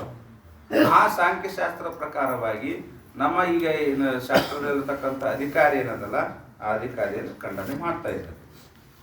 ಈಗ 62ನೇ ಆಧ್ಯಾತ್ಮಿಕ ದುಃಖ ಅಂದ್ರೇನು, ಅಧಿಭೂತ ದುಃಖ ಅಂದ್ರೇನು, ದೈವಿಕ ದುಃಖ ಅಂದ್ರೇನು ಮ್ಯಾಗ ಹೇಳ್ಕೊಂಬಂದಾರ ಅವ್ರು. ನಿಶ್ಚಲದಾಸರು ಹೇಳ್ಯಾರ. ಅವ್ರು ಏನು ಹೇಳ್ಯಾರ? ಉದಾಹರಣೆಗಳನ್ನ ಹೇಳ್ಯಾರ, ವ್ಯಾಖ್ಯಾನ ಮಾಡಲಿಲ್ಲ ಅವರು, ಉದಾಹರಣೆ ಮಾತ್ರ ಹೇಳಿದ್ರು.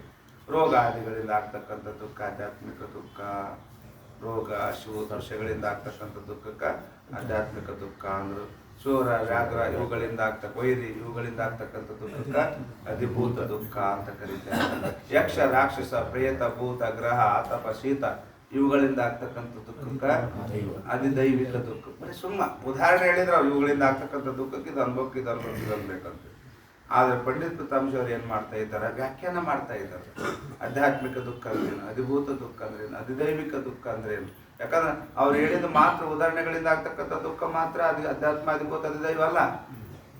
ವ್ಯಾಖ್ಯಾನ ಮಾಡಿದಾಗ ಆದ್ರೆ ಲಕ್ಷಾಂಗಟ್ಟಲೆ ಅದಾವ ಅವು. ಬರೀ ಅವ್ರು 4 ಹೇಳಿ ಉದಾಹರಣೆ ಹೇಳಿದ್ರು. ಏನು ಹೇಳಿದ್ರು ಅವರು? ರೋಗ, ಹಸಿವು, ತೃಷ ಇವುಗಳು ಇಷ್ಟ. ರೋಗ ಒಂದು ಹಸಿವು ತೃಷ ಇಷ್ಟಕ್ಕೆ ಆಧ್ಯಾತ್ಮಿಕ ದುಃಖ ಇಲ್ಲ. ಸುಮ್ಮನೆ 4 ಹೇಳ್ಯಾರ ಅವರು. ಅದಕ್ಕೆ ಹಿಂಗಾದ್ರಪ್ಪ ಅಂದ್ರೆ ಇವ್ರು ಇಷ್ಟಕ್ಕೆ ತಿಳ್ಕೊಂತಾರ. ಬಾ ರೋಗದಿಂದ ಹಸಿವು ತೃಷಗಳಿಂದ ಇಷ್ಟಕ್ಕೆ ಆಗ್ತಕ್ಕಂಥ ದುಃಖಕ್ಕೆ ಆಧ್ಯಾತ್ಮಿಕ ದುಃಖ ಅಂತ ಇಷ್ಟೇ ತಿಳ್ಕೊಂತಾರೆ ಇವ್ರು ಅಂತ ತಿಳ್ಕೊಂಡು ಪಂಡಿತ ಪಿತಾಂಶರು ಏನು ಮಾಡ್ತಾರ? ವ್ಯಾಖ್ಯಾನ ಮಾಡಿಬಿಡ್ತಾರ. ಆ ವ್ಯಾಖ್ಯಾನ ಮಾಡಿದಾಗ ಅದರಿಂದ ಲಕ್ಷಾಂಗಟ್ಟಲೆ ದುಃಖ ಆಗ್ತದೆ. ಲಕ್ಷ ಪ್ರಕಾರವಾದಂಥ ಕೋಟಿ ಪ್ರಕಾರ ದುಃಖ ಆಗ್ತದೆ. ಅದಕ್ಕೆ ವ್ಯಾಖ್ಯಾನ ನೋಡ್ತಾರ. ನೋಡಿ 62ನೇದು ಆಧ್ಯಾತ್ಮಿಕ ದುಃಖ ಅಂದ್ರೆ ಏನು ಅಲ್ಲಿ ವ್ಯಾಖ್ಯಾನ ಮಾಡ್ತಾರೆ. ಆತ್ಮಕ್ಕೂ ಆಶ್ರಯ ಕರಿಕೆ ವರ್ತನೆ ವಾಲ ಜೋ ಸ್ಥೂಲ ಸೂಕ್ಷ್ಮ ಶರೀರ ಸೊ ಅಧ್ಯಾತ್ಮ ಕೈ. ಅಧ್ಯಾತ್ಮ ಅಂದ್ರೇನು? ಆತ್ಮನನ್ನು ಆಶ್ರಯ ಮಾಡಿಕೊಂಡು ವರ್ತಿಸ್ತಕ್ಕಂಥ ಸ್ಥೂಲ ಶರೀರ ಮತ್ತು ಈ ಸೂಕ್ಷ್ಮ ಶರೀರ. ಇದಕ್ಕೇನಂತ ಈ 2 ಶರೀರಕ್ಕನೇ ಅಧ್ಯಾತ್ಮ ಅಂತ ಕರೆಯುತ್ತಾರೆ. ಯಾಕ? ಈ ಸ್ವತಂತ್ರವಾದಂಥ ಅಸ್ತಿತ್ವದ ಏನು? ಈ ಸ್ಥೂಲ ಶರೀರಕ್ಕಾಗಲಿ ಆ ಸೂಕ್ಷ್ಮ ಶರೀರಕ್ಕಾಗಲಿ ಸ್ವತಂತ್ರವಾದಂಥ ಅಸ್ತಿತ್ವ ಇಲ್ಲ. ಯಾಕ? ಇದು ಜಡ ಅದ. ಸ್ವಭಾವತ ಇದೇನದ ಶರೀರ ಜಡನೇ ಇರುತ್ತದೆ. ಮತ್ತೆ ಇದು ಇಷ್ಟು ಜಡವಾದಂಥ ಶರೀರ ಹೋಗ್ತದ ಬರ್ತದ ಕುಣಿತದ ಇಷ್ಟೆಲ್ಲ ಮಾಡ್ತದಲ್ಲ, ಯಾವ ಶಕ್ತಿ ಮೇಲೆ? ಒಳಗ ಆತ್ಮಶಕ್ತಿ ಇರುತ್ತದೆ. ಒಳಗ ಆತ್ಮಶಕ್ತಿಯನ್ನು ತೆಗೆದುಕೊಂಡು ಇದು ಹೆಂಗ್ ಚಂದ ಕಾಣಕೈತದ ಸ್ಥೂಲ ಶರೀರ. ಮತ್ತೆ ಸೂಕ್ಷ್ಮ ಶರೀರ ಇಹಲೋಕದಿಂದ ಪರಲೋಕಕ್ಕೆ ಹೋಗ್ತದ, ಪರಲೋಕದಿಂದ ಇಹಲೋಕಕ್ಕೆ ಬರ್ತದ, ಪುಣ್ಯ ಪಾಪ ಕರ್ಮ ಮಾಡ್ತದ, ಸುಖ ದುಃಖವನ್ನು ಭೋಗಿಸ್ತದ. ಇಲ್ಲ ಹೇಳ್ತದ ಸೂಕ್ಷ್ಮ ಶರೀರದ ವ್ಯವಹಾರ. ಮನಸ್ಸು ಭಾಳ ಚಂಚಲದ, ಭಾಳ ಓಡಾಡ್ತದ, ಎಲ್ಲ ಕಡೆ ಅಡ್ಡಾಡ್ತದ ಅಂತ ಅಂದ್ವಲ್ಲ, ಅದನ್ನು ಕೂಡ ಏನದ? ಅದು ಜಡ ಅದ. ಯಾಕ ಜಡ ಅದ? ಹುಟ್ಟಿದ್ದೇ ಜಡದಿಂದ ಹುಟ್ಟ್ಯದ. ಯಾವುದು? ಪಂಚ ಮಹಾಭೂತಗಳು ಜಡ ಇರುತ್ತವೆ. ಆ ಜಡವಾದಂತ ಭೂತದಿಂದ ಹುಟ್ಟಿದಂತ ಈ ಸ್ಥೂಲ ಶರೀರ ಆಗಲಿ ಈ ಸೂಕ್ಷ್ಮ ಶರೀರ ಇವನ್ನೆಲ್ಲ ಚೇತನ ಇರ್ತವೆ. ಕಾರಣದ ಗುಣ ಕಾರ್ಯದಾಗಿರ್ತದ. ಕಾರಣದ ಗುಣನೇ ಕಾರ್ಯದಾಗಿರ್ತದ. ಆ ಕಾರಣವಾದಂತ ಪಂಚಮಹಾಭೂತನೇ ಜಡ ಅದ. ಅದ್ರ ಕಾರ್ಯವಾದಂತ ಈ ಶರೀರ ಕೂಡ ಏನದ? ಜಡ ಇರುತ್ತದೆ. ಮತ್ತೆ ಈ ಜಡ ಅದಕ್ಕೆ ಹೇಳ್ತಾರ ಇದ್ರ ವ್ಯವಹಾರ ಎದ್ರ ಮ್ಯಾಗದ ಅಂದ್ರೆ ಒಳಗಿರ್ತಕ್ಕಂಥ ಚೇತನದ ಆಶ್ರಯ ಮ್ಯಾಗ.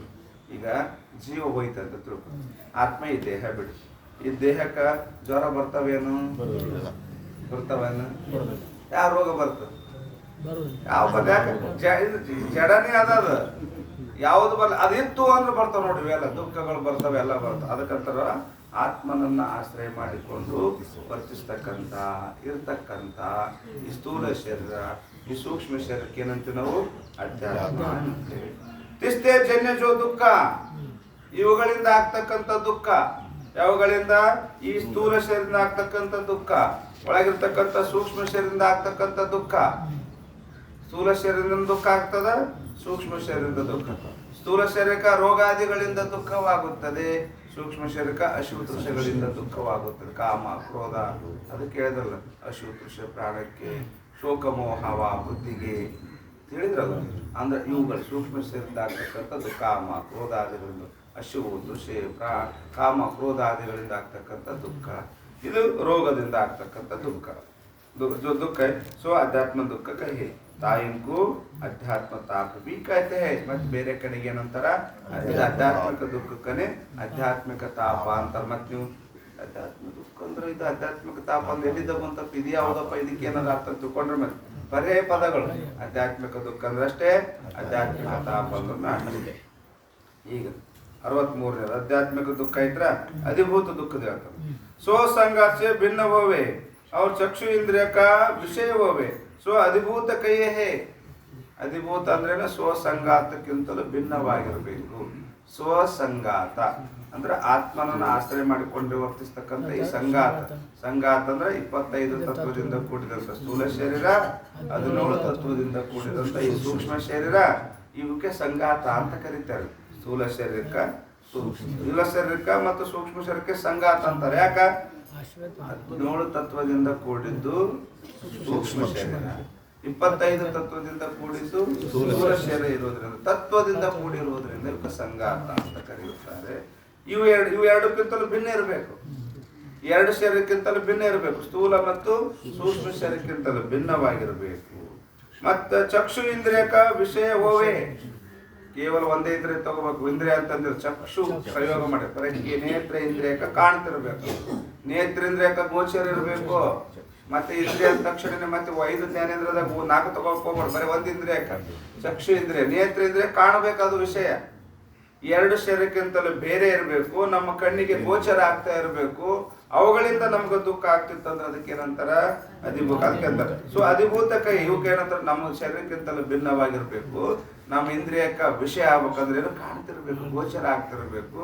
ಇದಕ್ಕೆ ಅಧಿಭೂತ ಅಂತೀವಿ. ಅಧಿಭೂತ ತಿಷ್ಟೇ ಜನ್ಯಜೋ ದುಃಖ, ಆ ಅಧಿಭೂತದಿಂದ ಆದಂತ ದುಃಖ ನಮಗಿಂತಲೂ ಭಿನ್ನವಾಗಿದ್ದು ಇಂದ್ರಿಯಗಳಿಂದ ಗೋಚರ ಆಗ್ತಕ್ಕಂಥ ವಸ್ತುವಿನಿಂದ ನಮಗೆ ದುಃಖ ಆಗ್ತಿತ್ತು ಅಂದ್ರ ಅದಕ್ಕೇನಂತಾರ? ಸೊ ಅಧಿಭೂತ ದುಃಖ ಕೈಯೇ ಅಂತ ಹೇಳಿ. ಈಗ ಅಧಿದೈವಿಕ ದುಃಖ ಎಷ್ಟು ಚಂದ ಹೇಳ್ತಾರೆ. ಸ್ವಸಂಗಾಸ್ಯ ಭಿನ್ನ ಹೋವೆ ಅವ್ರ ಚಕ್ಷು ಇಂದ್ರಿಯ ಅವಿಷಯ ಹೋವೆ. ಇಷ್ಟೇ ವ್ಯತ್ಯಾಸ. ಅಲ್ಲಿ ವಿಷಯ ಅದ, ಇಲ್ಲಿ ವಿಷಯ ಆಗ್ಬಾರ್ದು. ನಮ್ಮ ಸಂಗಾತಕ್ಕಿಂತಲೂ ಬೇರೆ ಇರಬೇಕು.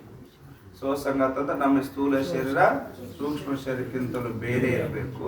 ನಮ್ಮ ಕಣ್ಣಿಗೆ ಕಾಣಬಾರ್ದು, ನಮ್ಮ ಕಣ್ಣಿಗೆ ಕಾಣಬಾರ್ದು. ಅದಕ್ಕೇನಂತೀವಿ ನಾವು? ಅಧಿದೈವ ಅಂತ ಕರೆಯುತ್ತೇವೆ. ಅವಕ್ಕೇನಂತೀವಿ? ಅಧಿದೈವ.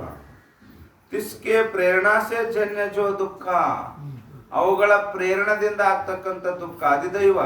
ಕಣ್ಣಿಗೆ ಕಾಣದೇ ಇರ್ತಕ್ಕಂಥ ನಮಗಿಂತಲೂ ಭಿನ್ನವಾಗಿರ್ತಕ್ಕಂಥ ಯಕ್ಷ ರಾಕ್ಷಸ ದೇವಾನ ದೇವತೆಗಳು ನಮ್ಗೆ ದುಃಖ ಆಗ್ತದಲ್ಲ, ಈ ದುಃಖಕ್ಕೆ ಏನಂತಾರ? ಅಧಿದೈವ ದುಃಖ ಅಂತಾರ. ಅವು ದೇವತೆಗಳನ್ನ ಕಾಡ್ತಾವ. ಮತ್ತೆ ಬರೀ ರಾಕ್ಷಸ ಅಷ್ಟೇ ಕಾಣ್ತಾವ, ಭೂತ ಅಷ್ಟೇ ಕಾಡ್ತಾವ, ಗ್ರಹಗಳು ಅಷ್ಟೇ ಕಾಡ್ತಾವ ಅಂತ ತಿಳ್ಕೊಬಾಡ್ರಿ. ನಾವ್ ಯಾರಿದ್ದೀವಿ ಆರಾಧನೆ ಮಾಡ್ತೀವಿ, ಯಾವ ದೇವ್ರು ಅಂತ ತಿಳ್ಕೊಂಡು ಕೈ ಮುಗಿತೀವಿ ನೋಡಿ, ಅವನು ಕಾಡ್ತಾವ. ನಮ್ಮ ದೇವ್ ಕಾಡ್ರಿ ಚಲೋ, ದೇವ್ರು ಕಾಡಿದ್ರೆ ಏನ್ ಮಾಡ್ತಾವ? ಅಲ್ಲಿ ನೋಡ್ರಿ, ದೇವ್ ಕಾಡಿದ್ರಪ್ಪ ಅಂದ್ರ ಯಾರ ಗುರುಗಳ ಬಲ್ಲಿ ಹೋಗಿ ಬಿಡ್ಸ್ಕೊಳಕ್ ಬರ್ತಾರ. ಮಂತ್ರ ತಂತ್ರ ಉಪಾಯ ಎಲ್ಲ ದೇವ್ ಕಾಡಿದ್ದು ಅಂದ್ರಪ್ಪ ಅಂದ್ರ ಯಾರ ಬಲ್ಯಾರ ಹೋಗಿ ಮಂತ್ರ ತಂತ್ರದಿಂದ ಬಿಡ್ಸ್ಕೊಂಡೇವು. ಮತ್ತೆ ಗ್ರಹಗಳ ಕಾಡಿದ್ವಪ್ಪ ಅಂದ್ರ ಏನಾರ ಪೂಜೆ ನವಗ್ರಹ ಪೂಜೆ ಮಾಡಿ ತೃಪ್ತಿಪಡಿಸಿ ಬಿಡಿಸ್ಕೊಂಡೇವು. ಇವ್ ದೇವ್ರ ಕಾಡಿದ್ರೆ ಏನ್ ಮಾಡ್ಬೇಕು? ಅದನ್ನ ಯಾವ ದೇವ್ರು? ಬೇರೆ ದೇವ್ರಲ್ಲ, ನಮ್ ದೇವ್ರು. ಬೇರೆ ದೇವ್ರಿಗೆ ನಾವು ಕಿಮ್ಮತ್ ಕಟ್ಟಂಗಿಲ್ಲ.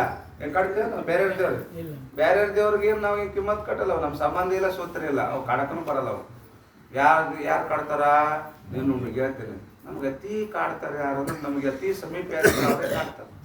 ನಮಗೆ ಬೇಕಾದ್ರೆ ಕಾಡ್ತಾರೆ. ಕರೆ ನಮ್ಮ ಪ್ರಪಂಚದಾಗ ನಮ್ಗೆ ತ್ರಾಸ ಭಾಳ ಅದ್ರಿ. ಯಾರಿಂದ ತ್ರಾಸ ಅಲ್ಲಪ್ಪ? ನಮ್ಮವರಿಂದ ನಮಗೆ ತ್ರಾಸ. ಊರಾಗ ಬೇಕಾದ ಸಂಬಂಧಿ ಅದ್ರ ಯಾರಿಗೆ ನಮ್ಗೆ ವೈರಿಗಳಲ್ಲ. ಅಣ್ಣಗೆ ತಮ್ಮನೇ ವೈರಿ, ತಮ್ಮಗ ಅಣ್ಣನೇ ವೈರಿ, ಸೊಸಿಗೆ ಅತ್ತಿನೇ ವೈರಿ, ಅತ್ತಿಗೆ ಸೊಸಿನೇ ವೈರಿ. ಇದು ನೋಡ್ಬಾರ್ದು ಹೆಂಗದ ಜಗತ್ತಿನ ಸೃಷ್ಟಿ ನೇಮ ಹೆಂಗದನ್ನು ಸೃಷ್ಟಿ ಮಾಡೋ ನೇಮ ಆಗ್ತೈತಿ. ನಮ್ಮೂರಿಂದ ನಮ್ಮ ದುಃಖ ಅದ ಏನ್ ಮಾಡೋದು? ಯಾರಿಂದ ದುಃಖ ಆಯ್ತಂದ್ರೆ ಹೆಂಗಾರ ಮಾಡ್ಯಾವು, ದೂರ ಸರ್ದೇವ್. ಕರೆ ನಮ್ಮೂರಿಂದ ನಮಗ ದುಃಖ ಆಯ್ತಂದ್ರೆ ಏನ್ ಮಾಡ್ಬೇಕು ಇದಕ್ಕೆ ಪರಿಹಾರ? ಹಂಗ ಬ್ಯಾರೆ ದೇವ್ರು ನಮಗ ಕಡಾಪಡ ಯಾಕೆ ಕಡಕ್ ಹೋಗ್ತಾವ, ನಮ್ ಸಂಬಂಧ ಇಲ್ದಂಗ ಇರ್ತಾವ. ಇವು ನಾವ್ ಯಾರ ದೇವ್ರು ಅಂತ ತಿಳ್ಕೊಂಡು ಆರಾಧನೆ ಮಾಡ್ತಿರೋ ಇವೇ ಕಾಡ್ತಾವ ನಮಗ್. ಕಾಡ್ತಾವಿಲ್ಲ? ಅದು ಇದಕ್ಕೆ ಅಧಿದೈವ ದುಃಖ ಅಂತ ಕರೀತಾರ. ಯಕ್ಷ, ರಾಕ್ಷಸ, ಭೂತ, ದೇವತೆಗಳು ದೇವ್ರು ಬೇರೆ, ದೇವತೆಗಳು ಬೇರೆ. ನಮ್ಮ ಕಾಡೋದು ದೇವ್ರಲ್ಲ, ದೇವತೆಗಳು ಕಾಡ್ತಾವ. ದೇವತೆಗಳಂದ್ರೆ ನಮ್ಮಂಗ ಇರ್ತಾವ್ರಿ. ಅವ ಬಂಧನದಾಗ ಇರ್ತಾವ. ಅವಕ್ಕೂ ಕೂಡ ಇಚ್ಛೆ ಇರ್ತದ, ಅವಕ್ಕೆ ಆಕಾಂಕ್ಷೆ ಇರ್ತದ, ಅಪೇಕ್ಷೆ ಇರ್ತದ, ಅವಕ್ಕೂ ಅಸೂಹೆ ಇರ್ತದ. ಇವು ಚಂದ ಗುರುಗಳು ಬಳಿ ಹೋಗಿ ಮುಂದೆ ಕೂತ್ಕೊಂಡು ಶಾಸ್ತ್ರ ಕಲ್ತು ಜ್ಞಾನ ಮಾಡ್ಕೊಂಡ್ರ ನಮ್ಕಿನ್ನ ಹೆಚ್ಚಿಗೆ ಪದಿ ಓದಲ್ಲಪ್ಪ ಅಂತ ತಿಳ್ಕೊಂಡು ಮೊದಲು ಮೊಮ್ಮುಷಗಳಿಗೆ ಕಾಡೋದೇ ದೇವರು. ದೇವತೆಗಳು ದೇವರಲ್ಲ, ದೇವತೆಗಳು ಕಾಡ್ತಾರೆ. ಯಾಕ ನಮ್ಕಿನ್ನ ಹೆಚ್ಚಿಗೆ ಪದಿ ಓದ್ತಾರಲ್ಲ, ಅಸೂಯೆ ಇರ್ತದ ಅವ್ರಿಗೆ. ನೀವು ನೋಡ್ಬೇಕಾರ ಸ್ವರ್ಗದೊಳಗ ಮೂರ್ ದುಃಖ ಹೇಳ್ತಾರ. ಸಾತಿಶಯ, ಕ್ಷಯ, ಪತನ. ಸಾತಿಶಯ ಅಂದ್ರೆ ಏನು? ಸಾತಿಶಯ ಅಂದ್ರೆ ಏನು? ಸಾತಿಶಯ, ಕ್ಷಯ, ಪತನ ಅಂತ 3 ಪ್ರಕಾರ ದೇವತೆಗಳಿಗೆ ದುಃಖ ಆಗ್ತಾವ. 3 ಪ್ರಕಾರ ದುಃಖ. ಸಾತಿಶಯ ಅಂದ್ರೆ ಏನು? ಅಸೂಯೆ. ಅಸೂಯೆ. ತಮ್ಗಿಂತಲೂ ಹೆಚ್ಚಿನ ಭೋಗ ಇನ್ನೊಬ್ರು ಭೋಗಿಸ್ತಿದ್ರು ಅಂದ್ರ, ತಮ್ಗಿಂತಲೂ ಹೆಚ್ಚಿನ ಭೋಗ ಇನ್ನೊಬ್ರು ಭೋಗಿಸ್ತಿದ್ರು ಅಂದ್ರ ಅವರ ಭೋಗವನ್ನು ಕೊಂಡು ಅಸೂಯೆ ಪಡೋದು. ಅಸೂಯೆ ಗುಣ ಯಾರ ಬಲ್ಲಿ ಇರ್ತದ ಅವ್ರಿಗೆ ದುಃಖನೇ ಇರ್ತದ, ಸಮಾಧಾನ ಇರಲ್ಲ. ಬೇಕಾದಷ್ಟು ಉಣ್ಣಾಕ ತಿನ್ನಕ ಎಲ್ಲ ಇರ್ತದ. ತನ್ನ ದೈವಕ್ಕೆ ಏನದ ಎಲ್ಲ ಅದ ಕರೆ. ಅದಕ್ಕೆ ದೊರಕಲೇನಾದ್ರು ಪರಿಣತಿ ದಳಿಯುವುದೇ ಚಂದ ಅಂತ. ಏನು ಸಿಕ್ಕಾದ ನಮಗೆ ಸಿಕ್ಕಾದ ಭಾಗ್ಯದಾಗ ನಮ್ಮ ಕರ್ಮಕ್ಕ ಅದ್ರ ತೃಪ್ತ ಆಗಿರೋಂತಾರ ಅವ್ರ. ಅದನ್ನ ಬಿಟ್ಕೊಟ್ಟು ಇನ್ನೊಬ್ರದ್ದು ನೋಡಿ ಅವ್ರ ಹಂಗಾಯ್ತು, ಅವ್ರಿಗೆ ಅಂತ ತಿರುತ್ತು, ಅವ್ರಿಗೆ ಹಂಗ ಸಿಕ್ತು, ನನಗಿಲ್ಲ. ದೇವತೆಗಳಿಗೆ ಹಂಗ ದೇವತೆಗಳು ನಮ್ಗ ಮುಮುಕ್ಷುಗಳಿಗೆ ನಾವು ಗುರುಗಳ ಬಳಿ ಹೋಗಿ ಶಾಸ್ತ್ರ ಚಿಂತನೆ ಮಾಡಿ ನಾವು ಸಾಧನೆ ಮಾಡಕತ್ತಿದ್ವಿ ಅಂದ್ರ ನಮಗೆ ಪ್ರತಿಬಂಧಕ ಮಾಡೋದೇ ದೇವತೆಗಳು. ದೇವತೆಗಳು ಪ್ರತಿಬಂಧಕ ಮಾಡ್ತಾವ. ಯಾಕ? ಇವತ್ತು ಜ್ಞಾನ ಪಡ್ಕೊಂಡು ಇವ ಮುಕ್ತ ಆದ್ರಂದ್ರ ನಮ್ಗಿಂತಲೂ ಶ್ರೇಷ್ಠ ಪದವಿಗೆ ಹೋಗ್ತಾನಲ್ಲ, ಮುಕ್ತ ಪದವಿಗೆ ಹೋಗ್ತಾನಲ್ಲ. ಸಿದ್ಧರ ಬಂದಲ್ಲ ಕಾಲದಾಗ ದೇವತೆ ನಾವು ಯಾಕ ಮನುಷ್ಯರಾಗಿ ಹುಟ್ಟಿಲ್ಲಪ್ಪ ಅಂತ ಪಶ್ಚಾತ್ತಾಪ ಪಡ್ತದ್ದು ಗೊತ್ತಾಗ್ಲಿಲ್ರಿ ಅವಕ್ಕ. ಮನುಷ್ಯರಾಗಿ ಹುಟ್ಟಿದ್ದು ಕರೆ, ಮನುಷ್ಯರಾಗಿ ಹುಟ್ಟಿದಾಗ ದಾರಿ ಕರೆಕ್ಟ್ ಸಿಕ್ಕಿಲ್ಲ ಅವ್ರಿಗೆ. ದೇವತೆಗಳಾಗಿ ಹೋಗ್ಬೇಕಂದ್ರ ಮನುಷ್ಯ ಜನ್ಮ ಬರಲಾರ್ದ ಹೋಗ್ಯಾರೇನ ಅವ್ರು. ಮನುಷ್ಯ ಜನ್ಮದಾಗ ಅತಿ ಪುಣ್ಯವನ್ನು ಮಾಡಿ ಪಾಪದ ಪ್ರಭಾವ ಕಡಿಮೆ ಆಗಿ ಅತಿ ಪುಣ್ಯದ ಬಲದಿಂದ ದೇವತೆಗಳಾಗಿರಲ್ಲ. ದೇವತೆಗಳ ಆದ್ಮೇಲೆ ಗೊತ್ತಾಗ್ಯದ ಅದು ಮನುಷ್ಯ ಜನ್ಮದ ಏನಪ್ಪ, ಮನುಷ್ಯ ಜನ್ಮ ಎಷ್ಟು ಪವಿತ್ರ ಅದ, ಎಷ್ಟು ಶ್ರೇಷ್ಠ ಅದ, ಮನುಷ್ಯ ಜನ್ಮ ಎಷ್ಟು ಶ್ರೇಷ್ಠ ಅನ್ನೋದು ಯಾವಾಗ ಗೊತ್ತಾಗ್ಯದ ಅವರಿಗೆ? ಇದನ್ನು ಕಳ್ಕೊಂಡಾಗ, ಇದನ್ನ ಬಿಟ್ಟು ಹೋದಾಗ, ದೇವತೆಗಳಾದಾಗ. ಮತ್ತೆ ಪ್ರಾಣಿ ಪಶು ಹೋದಾಗ ಗೊತ್ತಾಗಲ್ರ. ಮತ್ತೆ ಆ ಜನ್ಮಕ್ಕೆ ಹೋದಾಗ ಗೊತ್ತಾಗ ಅರಿವು ಇರಲ್ಲ. ಅಲ್ಲಿ ದೇವತೆಗಳಿಗೆ ಅರಿವು ಇರ್ತದಲ್ಲ, ವಿವೇಕ ಇರ್ತದ, ಅವು ಸಾತ್ವಿಕ ಗುಣ ಇರ್ತದ, ವಿವೇಕ ಇರ್ತದ, ಜ್ಞಾನ ಶಕ್ತಿ ಇರ್ತದ. ಅವಾಗ ಹೋಗಿ ಪಶ್ಚಾತ್ತಾಪ ಪಡ್ತಾವು. ಏನಪ್ಪ, ಅಯ್ಯೋ ಎಂಥದ್ದು ಕಳ್ಕೊಂಡ್ ಬಂದಿವಲ್ಲ, ಅಲ್ಲೇಸೆ ಬಂದಿವಿ ಕರೆ, ಆದ್ರೆ ಎಂಥದ್ದು ಕಳ್ಕೊಂಡ್ ಬಂದಿವಲ್ಲ, ನಮಗ್ ಸಿಗ್ಲಾರ್ದ ಭಾಗ್ಯ ಅವಕ್ ಸಿಕ್ಕದಲ್ಲ ಅಂತ. ಪಾಪಿಗಳಿಗೆ ಸಿಕ್ಕದಲ್ಲ, ನಾವು ಪುಣ್ಯಾತ್ಮರಿಗೆ ಸಿಗ್ಲಾರ್ದಂತ ಭಾಗ್ಯ ಈ ಪಾಪಿಗಳಿಗೆ ಸಿಕ್ಕದ ಯಾರು? ನಾವೇ ಪಾಪಿಗಳು. ಯಾಕ? ದೇವತೆಗಳಷ್ಟು ಪುಣ್ಯ ಅದ ನಮ್ಮದ. ದೇವತೆಗಳಷ್ಟು ಪುಣ್ಯ ಇದ್ರೆ ನಾವು ಮನುಷ್ಯರು ಇರ್ತಿದ್ವಿ ಅನ್ನೋ ದೇವತೆಗಳಾಗ್ತೀವಿ ನಾವು. ಇವು ಪಾಪಿಗಳು ಅವ್ರ ದೃಷ್ಟಿಕೋನ ನಾವು ಪಾಪಿಗಳಾಗ್ಬಿಡ್ತೀವಿ. ಇವು ನಮ್ಮ ಸಿಗ್ಲಾರ್ದ, ನಮ್ಮಂತ ಪುಣ್ಯಾತ್ಮ ಸಿಗ್ಲಾರ್ದಂತ ಭಾಗ್ಯ ಇವು ಪಾಪಿಗಳಿಗೆ ಸಿಕ್ಕದಲ್ಲಪ್ಪ ಅಂತಂತಾರೆ. ಅದಕ್ಕೆ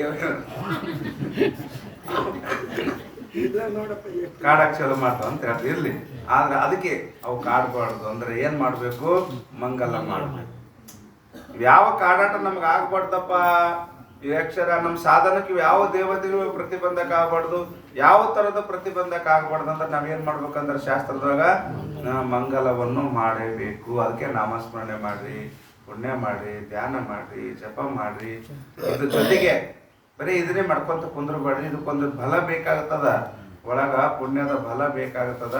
ಅದಕ್ಕೆ ನೀವೇನ್ ಮಾಡ್ರಿ, ಆಗಲೇ ಸಮಯ ಸಿಕ್ಕಾಗ ಪರಮಾತ್ಮನ ನಾಮಸ್ಮರಣೆ ಮಾಡ್ರಿ ಅಂತ ಯಾಕೆ ಹೇಳ್ತಾರಂದ್ರೆ ವಿಘ್ನಗಳು ಹೋಗ್ಬೇಕಲ್ಲ, ದೇವತೆಗಳು ಸಹಿತ ನಮಸ್ಕಾರಬಾರ್ದು.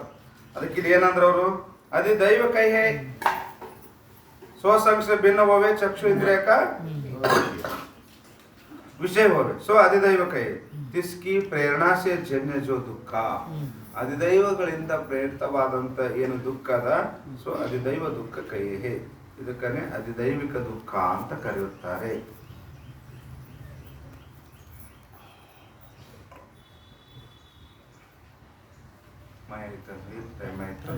ಇಷ್ಟು ಈಗ ಶಂಕ ಮಾಡಿದ ಪೂರ್ವ ಪಕ್ಷಿ ಸಾಂಖ್ಯ ಮತಕ್ಕನುಸಾರವಾಗಿ 3 ಪ್ರಕಾರವಾದಂಥ ದುಃಖದ ನಿವೃತ್ತಿಗೆ ಮೋಕ್ಷ ಅನ್ನುತ್ತಾರೆ ಅಂತ ಹೇಳಿದ್ರು.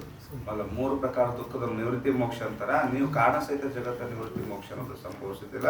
ಅದಕ್ಕೆಲ್ಲರೂ ಎದುರು ಇಚ್ಛೆ ಮಾಡ್ತಾರ ಅಂದ್ರೆ 3 ಪ್ರಕಾರ ದುಃಖದ ನಿವೃತ್ತಿ ಇಚ್ಛೆ ಮಾಡ್ತಾರ. ಆದ್ದರಿಂದ ನೀವು ಮೋಕ್ಷದ ಮೊದಲನೇ ಅಂಶದಲ್ಲಿ ಕಾರಣ ಸಹಿತ ಜಗತ್ತ ನಿವೃತ್ತಿ ಇಚ್ಛೆ ಅದು ಮಾಡೋದು ಸಂಭವಿಸುವುದಿಲ್ಲ ಅಂತ ಪೂರ್ವ ಪಕ್ಷಿ ಶಂಕ ಇನ್ನೂ ಮಾಡ್ತಾ ಇದ್ದೆ, ಇನ್ನೂ ಬಹಳ ಅದ. ಅದ್ರ ಮುಂದೆ ಸದ್ಗುರು ಅಂತ ನಮ್ಗೆ ನಿಮಗೆ ಯಾವ್ದು ವರ್ಷ ಕೊಡ್ತಾರೆ. ನಾವು ಇಷ್ಟು ದಿವಸ ಸುಮಾರು 25 ದಿವಸದ ಪರ್ಯಂತರವಾಗಿ ಈ ಶಿಬಿರ ಸಾಧನ ಶಿಬಿರದೊಳಗೆ ಸಾಧು ನಿಶ್ಚಲಾಸ್ತ್ರಿಂದ ವಿರಚಿತವಾದಂಥ ಈ ವಿಚಾರ ಸಾಗರ ಅನ್ನುವ ಬೃಹದಾದಂಥ ಗ್ರಂಥದೊಳಗೆ ನಾವು ಇಲ್ಲಿಗೆ 1ನೇ ತರಂಗವನ್ನು ಮುಗಿಸಿ 2ನೇ ತರಂಗಕ್ಕೆ ಚಾಲ್ತಿ ಕೊಟ್ಟಿವಿ. ಆಟೆ ಪ್ರಾರಂಭ ಮಾಡಿ 15 ದಿವಸ ಮುಕ್ತಾಯದ. ಇಷ್ಟು ದಿವಸದ ಪರ್ಯಂತರವಾಗಿ ಶ್ರದ್ಧಾ ಭಕ್ತಿ ವಿಶ್ವಾಸದಿಂದ ಗ್ರಂಥವನ್ನು ಶಾಸ್ತ್ರದ ಶ್ರವಣ ಚಿಂತನವನ್ನು ನಾವೆಲ್ಲರೂ ಕೂಡಿ ಮಾಡಿವೆಲ್ಲ. ನಮ್ಮೆಲ್ಲರೂ ಕೂಡ ಇಂಥ ವಿವೇಕ ಶಕ್ತಿಯನ್ನು ಕೊಟ್ಟು ಈ ಜ್ಞಾನ ಮಾರ್ಗದೊಳಗೆ ಮುಂದೆ ಹೋಗ್ತಕ್ಕಂಥ ಶಕ್ತಿ ಸಾಮರ್ಥ್ಯ ಕೊಟ್ಟು ಕಾಪಾಡಿ ಅಂತ ಪ್ರಾರ್ಥನೆ ಮಾಡ್ತಾ ನನ್ನ 2 ಶ್ರದ್ಧಾಪಾದ ಕಲ್ಪಿಸಿ ಮುಕ್ತ ಮಾಡ್ತಾ ನೀವು ತರಿಸುತ್ತೆ.